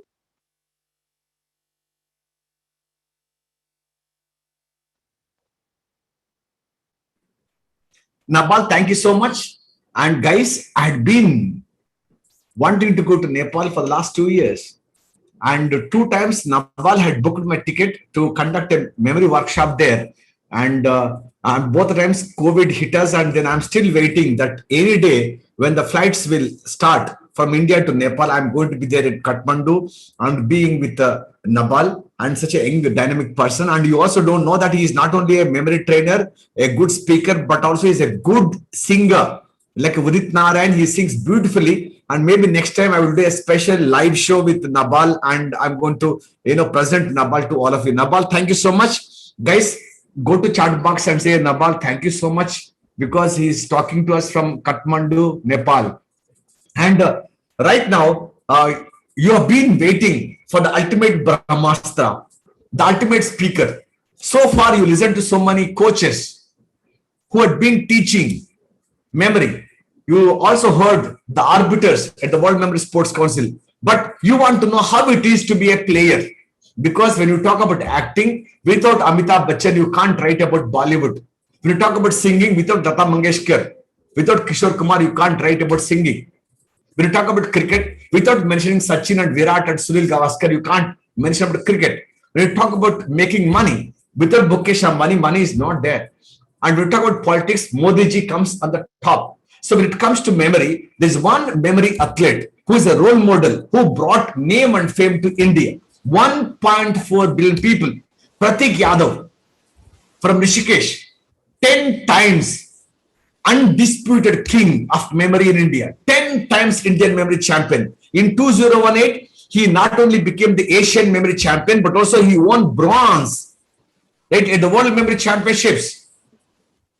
And then he had represented, right, India at the Russian TV show, and also is a TEDx speaker. And he had been there, Grandmaster of Memory. You talk about any title, short time, but he won so many medals. From 2013, is the undisputed king of memory in India. And it will take so much of time to reach where he has reached. And I'm sure it is only a matter of time that when the official offline championship would happen and Pratik would bring the laurels of being the first ever Indian to win the world championship. For 1.4 billion people, it is more than winning a gold medal at Olympics. Right? It is like another Milkha Singh. Okay, Pratik Yadav for you. And he's there, young man, lot of dynamism, all the way from Rishikesh. And he's going to share his success story, how it benefited him when he took up the memory sports, and what you need to do if you want to take part in this memory championship. Okay, so Pratik Yadav is most possessed memory athlete of India and most lovable child of this mother India, and he's the child of memory of this country. So we are going to see him in the days to come in every newspaper, Times of India, India Today, maybe one day on the Time magazine, that one Indian who made it to the top in very short time in the field of memory. So here I am presenting you my ultimate Brahmastra, my most loved friend, okay, the best memory athlete India has ever had, Pratik Yadav, to all of you. Okay. Thank you, sir. Thank you so much for such kind words. I am really humbled. And thank you for giving me this opportunity to present my ideas in front of everyone. Before starting, am I audible to everyone? Can you please put in the chat box? Can you all listen to me? Okay, fantastic. So again, sir, thank you so much. The amount of work you have been doing in order to promote the memory sports and memory championship is unprecedented. And I personally know how much effort you are making to make the World Championship in India a reality. And yes, sir, hats off to you. So yeah, so before starting, I would want to ask all of you that how many of you want to compete in the upcoming memory championship? How many of you are aspiring to become a memory athlete? Can you put it in the chat box? Okay. And how many of you want to know the secrets behind winning a memory championship, or what it takes to become a memory champion? And, you know, so I would definitely share the secrets of, hardcore memorization. So far, you've heard about what memory is all about, and why do you want to compete, or why you should rather compete in a memory championship, as Pawan Bhattar sir already mentioned about it. Now I would talk about the hardcore memorization part. What actually is a memory championship, and what kind of a mindset is required to, to memorize at such a level, right? So I think memory championships are, you can say, the most hardcore form of the application of memory, because there are multiple events, 10 events, and every event requires different strategy, different memorization system, right? And you have to basically be absolutely flawless when it comes to winning a championship.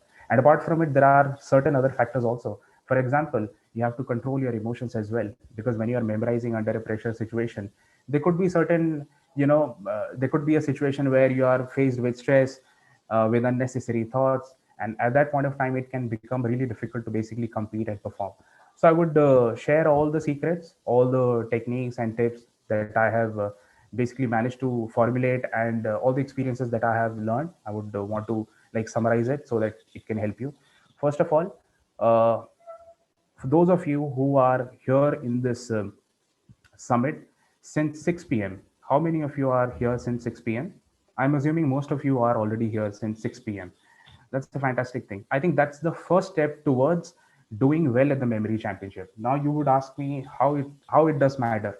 It does matter because now it's already 9:30, so it means already it's 3:30 p.m. close to, sorry, 3:30 hours rather, right? So endurance is a key component when it comes to performing at the memory championship, because in the national championship what happens is you start from the morning, and the championship, all the events, they go till the end of the day, and you're not simply sitting there. You have to memorize every single discipline. There is just a lunch break, right? That's it. And you have to sit from the morning till the evening, so you need a lot of endurance, right? You need a lot of endurance to perform at that peak level. So, and that endurance has to be combined with uninterrupted focus. Okay, so I'll start off with my journey, how I got started with it, and what all I've learned, and what all you can do. And first of all, congratulations on making a choice that you want to compete in the championship. It's a fabulous community, and it's a fabulous sport that I've encountered. So basically, how my journey started. So I think in 2012 or 11, I read a story on Swami Vivekananda, and it said that he could memorize the entire encyclopedias, Britannica encyclopedias, along with the page numbers after reading them only once, and that got me really fascinated. And from there on, I started to think about working on my memory. I think everyone has a great memory. It's all about using the right systems, right techniques, right? So then in 2012, in the later part of the year, I randomly stumbled upon this World Memory Statistics website. You can find it on Google as well. So that on that website, you have a collection of all the memory championships. All the statistics are there of various athletes. And when I started to studying that World Memory Statistics website, I realized that there were certain events.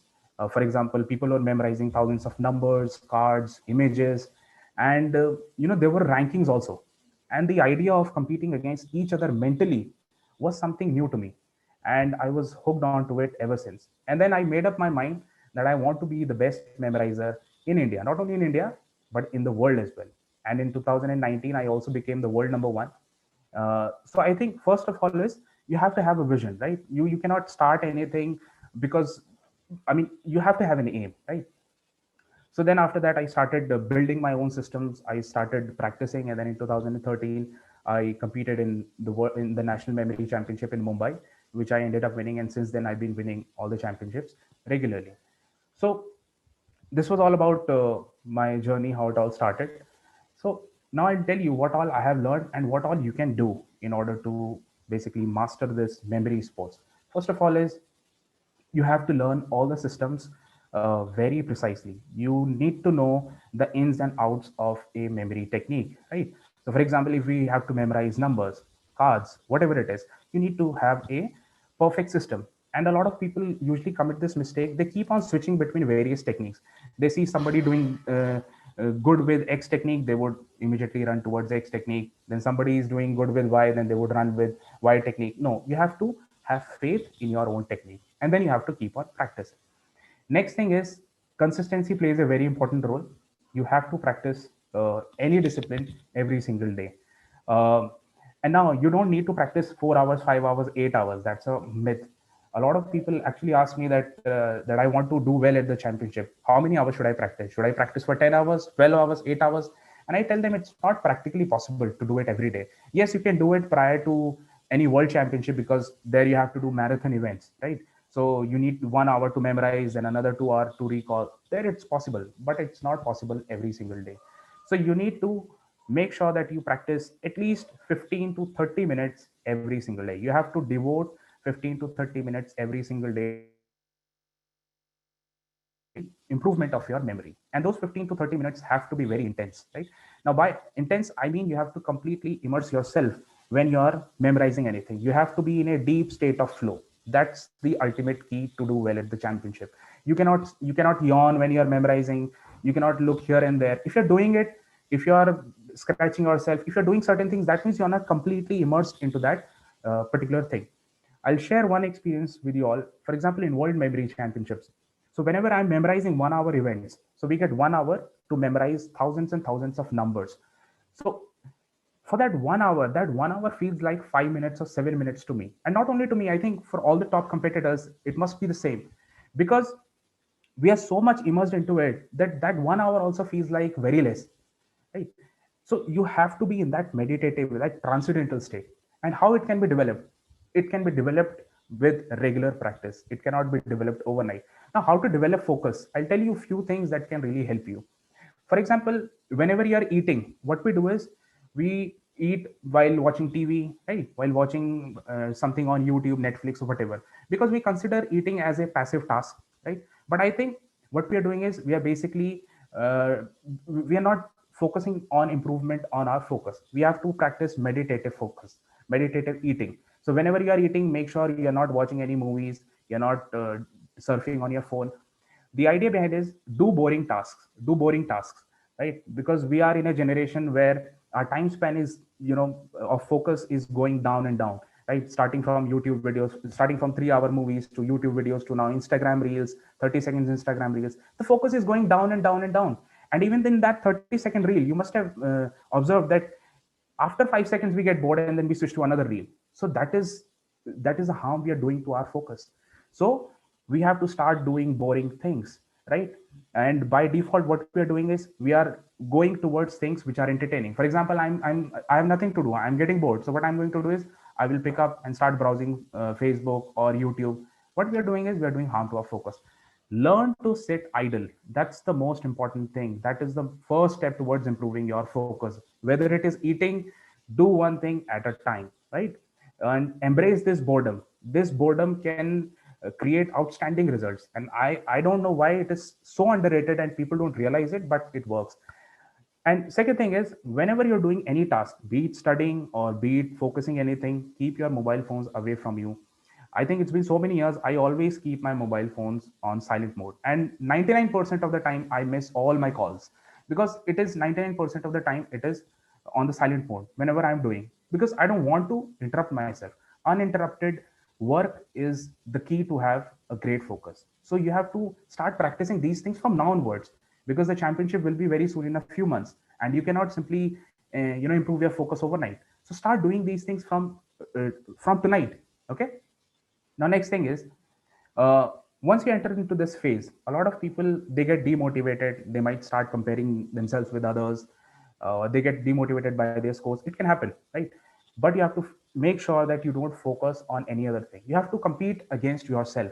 So for example, if I'm memorizing something today, let's say I'm memorizing a deck of cards today, and I memorized a deck of cards yesterday, and I took X seconds to memorize it. Today, my target should be to do it in a minimum of X minus 1 seconds. If I can decrease even a single second, then I'm on the right track. There are 3 factors. First is accuracy, second is the timing, and third is the quantum of information that you have to memorize. So whenever you're practicing, you have to focus on reducing the time taken, increasing the accuracy, and also increasing the quantum of information that you are memorizing. That's the important thing. Now, there is one more important thing. The strategy plays a very important role. Okay. Now you have practiced all throughout. Strategy plays a very important role. For example, there is one event known as spoken numbers event, where you hear a random digit coming out every single second. So what we are doing is we are focusing, we are memorizing that string of digits, but you can be encountered with an unwanted noise, unwanted movement. So you have to be prepared for the uncontrollable factors. So for that, you can start practicing in a noisy environment, right? Next is intrusive thoughts. They can also come into your head whenever you're memorizing. That's the mechanism our brain plays to safeguard us, right? Or maybe in stress situations, what can happen is you can have unwanted thoughts which are distracting constantly. So never resist those thoughts. Never fight against those thoughts. Embrace them. You have to embrace everything. So what I personally do is whenever I go to the championship, there is a lot of pressure on me because people have expectations from you because you've been winning championships from last 10 years. So they expect you to win every time, right? So there is absolutely a lot of pressure on me. And whenever I go to the championship, and so I always have one thing in my mind is that I embrace that stress. I tell myself that, okay, let me see my potential. How can I perform under this stress? I don't want to fight against this stress. The stress will be there. It's normal. It tells us that we are human beings, right? So embrace the stress, embrace the emotions, and slowly they will fade away. They will not bother you at all. And most importantly, the memory sports, a lot of people are actually motivated by the end result, right? By the fame they would get, the appreciation from all over the people, because of course, people treat you with respect when you do well at the competitions. That's okay. Even I was also motivated by that. But most importantly, you have to take this entire exercise of daily practice as an improvement process. It's going to develop you. So take it as a development process, that if I, invest myself into this memory championship training process, I will be learning sincerity. I will be learning discipline. I will be learning consistency. All these factors I will be learning. And even when I started out, the main incentive for me was to develop myself, to develop my abilities, obviously memorization ability. And the second incentive, the most important incentive for me was to represent India at the World Memory Championship. That's the most important incentive. If you prepare well, if you work hard, if you take part in these championships, you can get a chance to represent India at the World Memory Championship. And honestly speaking, it's a great moment. It's a great moment not only for your family, but for the nation also. Right? So we also want people who can dedicate some time to practice and do well at the memory championships. This is the most important thing, right? And one more thing, that is patience. Patience is very important, right? You cannot expect outstanding results overnight. It's a domino effect. You have to do something or the other every single day, right? And slowly you'll realize that after a few months, it will result into a huge score. And that is the most important thing, right? And you have to love the process. You have to crave to practice. For example, if I'm free, I should be craving to practice, right? That should be the inner motivation. You should not be completely dependent on your mood that today I'm feeling good, so I should practice. Today I'm not feeling good, so let me just do it. So if I summarize it, first thing that I discussed about is you have to focus on building focus, right? So I've already told you strategies, small little strategies that you can employ in your daily life, and they can help you. Next is endurance. Whenever you pick up a task, make sure, for example, if I want to study, so I can only study for, let's say, 45 minutes, right? And it is usually suggested that you need to take a break. Why we need to take a break? This is an orthodox thought, because people have told it that you need to take a break. I don't think so. It's all, our brain is capable of so many things. Even you are not aware how much potential you can unlock. Take a task. No, I will sit for 3 hours, and those 3 hours are going to be very focused. Initially, you will feel a little distracted, but make it a habit. And after 7 days, you'll realize that 3 hours will pass like anything, right? So always remember that our brain is capable of doing a lot of things, and we have to do justice with its power, right? And that how we can do it? By learning proper systems, by investing efforts, okay? And memory championships, they require efforts, okay? They require efforts, they require labor, and they require commitment. Even if it is for 5 minutes every day, they require a commitment. And last, most importantly, is enjoy the process. It's a very important thing. And I would say that this summit is a great initiative. We had so many fantastic speakers, giving great insights about memory, right? Because when I started back in 2012, there wasn't any platform like this. So it was very difficult to actually find the information about memory championship, what is the registration process and all this. But now you're having a golden opportunity, to basically see all these people. And I'm already missing the physical championships because all the speakers that you've seen here, they all are fabulous people. There is so much to learn from them, especially when you go to the championships, and everybody is so supportive, right? And the amount of hard work everyone is doing, be it an arbiter, be it the championship organizer, the people who are making sure that the competition runs in a fair manner, everybody is doing a tremendous job. So I hope maybe next year we get to, attend the physical championships. And I would urge all of you that if you've invested your precious time, time in this summit, that start thinking about the championships, start taking it as a thing that is going to improve you, and embrace it. And I'm pretty sure you will do well. And it's a fun activity. All right. So all the best to all of you. And hopefully I'll see you very soon, most of you in the upcoming championships, and maybe next year in the physical championships, right? All the best. And again, thank you so much for listening to me. And I would like to thank Jaisimha sir again for giving me this opportunity. He's been very kind to me. Thank you, sir. Thank you, everyone. And all the best. Thank you, Pratik. It was wonderful. Guys, don't you understand this? That listening from coaches is different, but listening from a player who had taken this sport so sincerely. So it's not about only name and fame that you're going to get, but lot of other attributes that are going to help you to become, a good human being, to evolve into a wonderful personality. This is Pratik. The amount of sincere hard work that he has been putting day after day, the consistency. If we can follow at least one principle from what he has suggested, I'm sure you will be in his footsteps, following to become another world memory champion. So thank you so much, Pratik. Thank you, friends. We owe lot of gratitude to Pratik, because for a champion, coming out and sharing the secret is not that easy. Very few people in this world they can do. So go to chat box and say thank you, Pratik. And we are going to see him at the Indian Memory Championship online on 31st October. And I'm sure this year we will have one offline World Memory Championship. And if you are taking part in this 31st October Memory Championship, you will be there at the World Memory Championship, where you can meet Pratik. And also next year, if there is no COVID, we'll have an offline memory championship where we can learn from each other. Thank you so much. Friends, hold on for last 2 minutes. A very important announcement about the prizes. So my colleague is going to take out one more draw. Let us see who are those wonderful people who are going to win some prizes.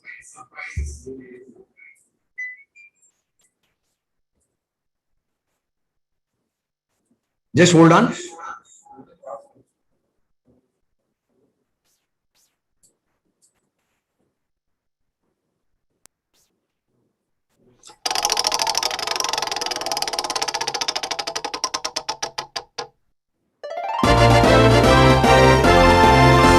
P. Swarupa Rani, the winner. P. Swarupa Rani, the winner. So my team will contact you.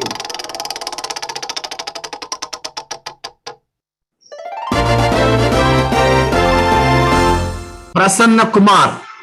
So Prasanna Kumar 9999. So I'm the winner. So what you have won, my team will contact you tomorrow morning. Tomorrow is Monday. My team will contact you and they will share that gift voucher or the prize money or the course that you won. They will connect to you. Right? Thank you so much for being with me. And one more winner.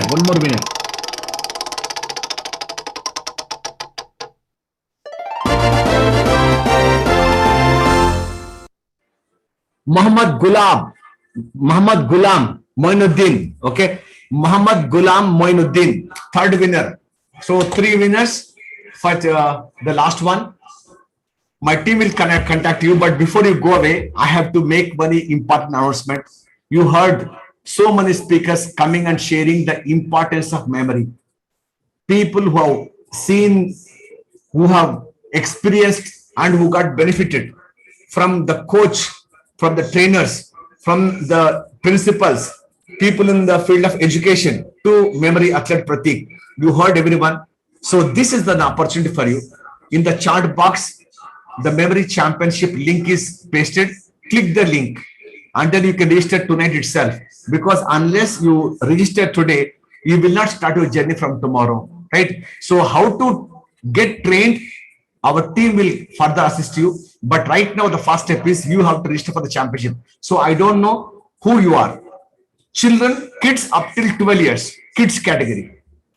From 0 to 12, 13 to 18 is the adult category. And further up to 15 is the junior category. Above up to 15 is the adult category. 60 plus, you are supposed to be senior category. These are the 4 categories are there. So everyone in the family, whether grandmother, grandfather, uncle, aunt, you, your brother, sister, anyone, they can be part of this memory championship. So we have got 5 disciplines.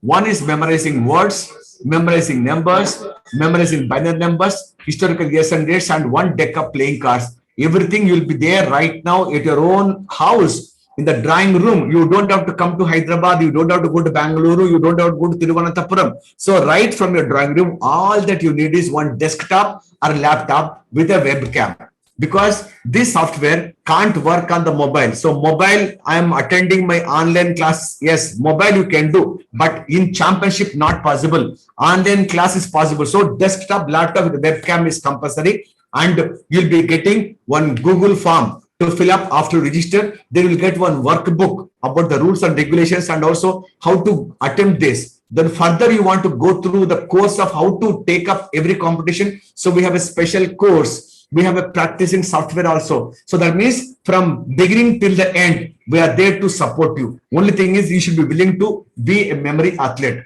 As you heard Pawan Bhattad, as you heard Dr. Manjunath, as you heard Nabal Pajiyar, as you heard Vinkabata Mandal, as you heard Bhuvan, as you heard right now, Pratik Yadav, all people, everyone was telling only one thing, right? That is that you have to be a memory athlete, and that will help you to acquire all those qualities. Like how can you have that confidence, resilience, patience, and then also how you can get to, how you will not get distracted, how you will not get thoughts, how you can apply these methods into your academics, how you can crack 1 competitive exam, how you can present your speech to the clients, right? How you can become a topmost person, with wonderful brain power, even when you become 75, 80 years old. So this program is for everyone, okay? And very soon, this memory sport is going to be part of the physical sport. Maybe like we got Tokyo Olympics to prove your physical power. Like that, one day, this memory also will be there part of this Olympics. So memory Olympics, mind sports,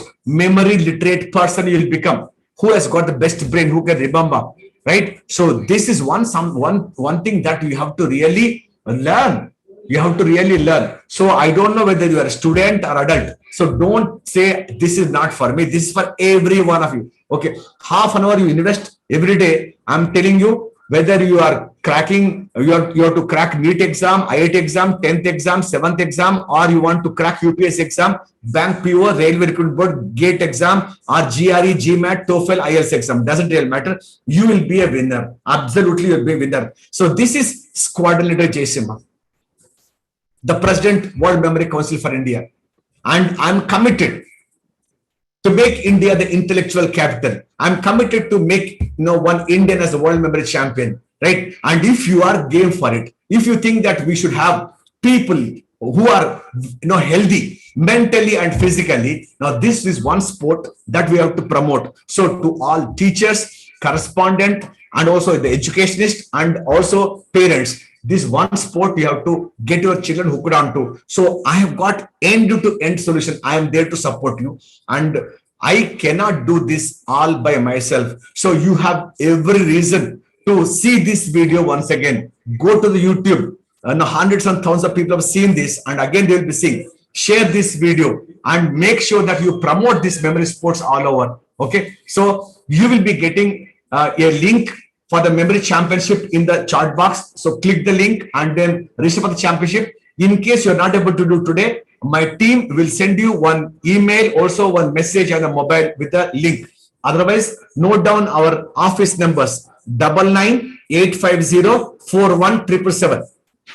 I repeat again, 99-850-41-777, 99-850-31-777. These are our numbers. Otherwise, go to website, type jaysimha.in, JAYASIMHA.in. You will find the entire registration form. Otherwise, worldmemorychampionships.com. Otherwise, indianmemorychampionship.com. Otherwise, National Memory Sports Council for India. You type anything, you're going to get it. Okay. Or you type my name in Google, you will get into my website. You'll see my on YouTube, you'll see me on Instagram, you'll see me on Twitter, you'll see me on the LinkedIn. Every digital platform we are there. And we want that study should become a fun for all of you by using these memory techniques. So you will win the championship, you will win the prize money, you will win the title, you will win the medal and trophy. Besides that, you will become a perfectly wonderful human being. All of us together, let us make India the #1 country in the whole world. So in that purpose, in that direction, I am working.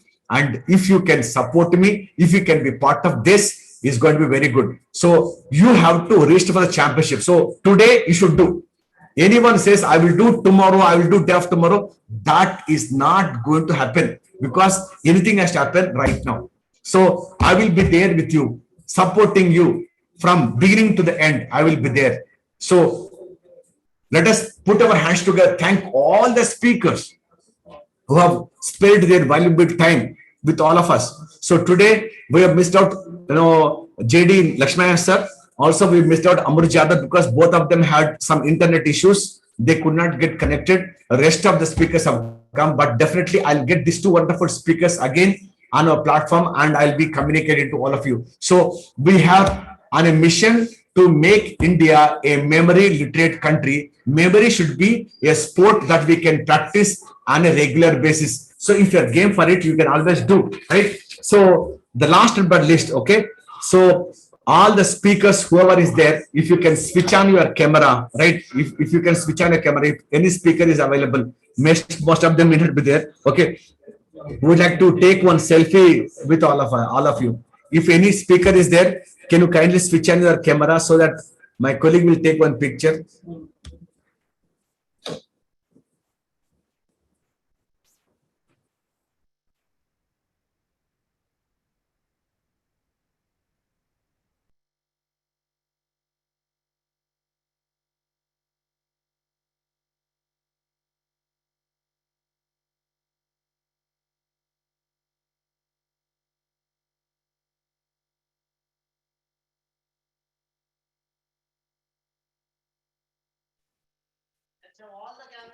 To all the participants who are there, okay, so all the speakers kindly switch on your camera. All the participants take one selfie with all the speakers including me. Take one selfie and I would like you to post this on your Facebook page, whichever digital media that you are there. Kindly post this and say that I attended the Indian Super Brains Virtual Summit, which is, and also the announcement of the Indian National Memory Championship 2021. So you need to tag all the speakers, all the speakers, everyone. So from Shyam Santosh to, rest all the speakers whoever is there. So thank everyone and kindly tag Dr. Manjunath is there and Bhuvan is there. And then Pawan Bhattar sir, our chief arbiter is there. Okay, and then Shyam Santosh, Dr. Shyam Santosh is there, and also Pratik Yadav is still there. So click one picture with all the trainers. Some of them, I think they have left. Okay, Dr. Madhav ma'am is there right now, right? So can you kindly switch on your camera, ma'am, Dr. Madhav ma'am? Yes, some speakers, because it took long time actually. 3.5 hours is not a small time. 6 o'clock to almost going to be 10 o'clock, almost 4 hours, long time. This is the first step. If you are there from 6 till now, as Pratik said, you are on the right path to becoming the world memory champion. So that's the first thing. If you can't even sit for half an hour, whatever that you can actually do that. You can't even do that. Okay. So we have all those wonderful speakers with us, right? Dr. Komala ma'am.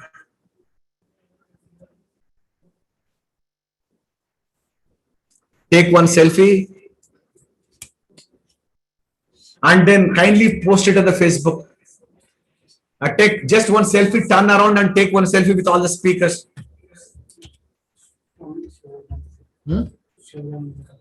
So I'm just doing this selfie now.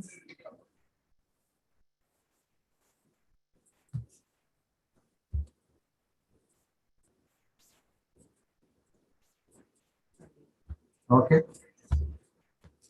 So my colleague is taking a picture. You see the speakers.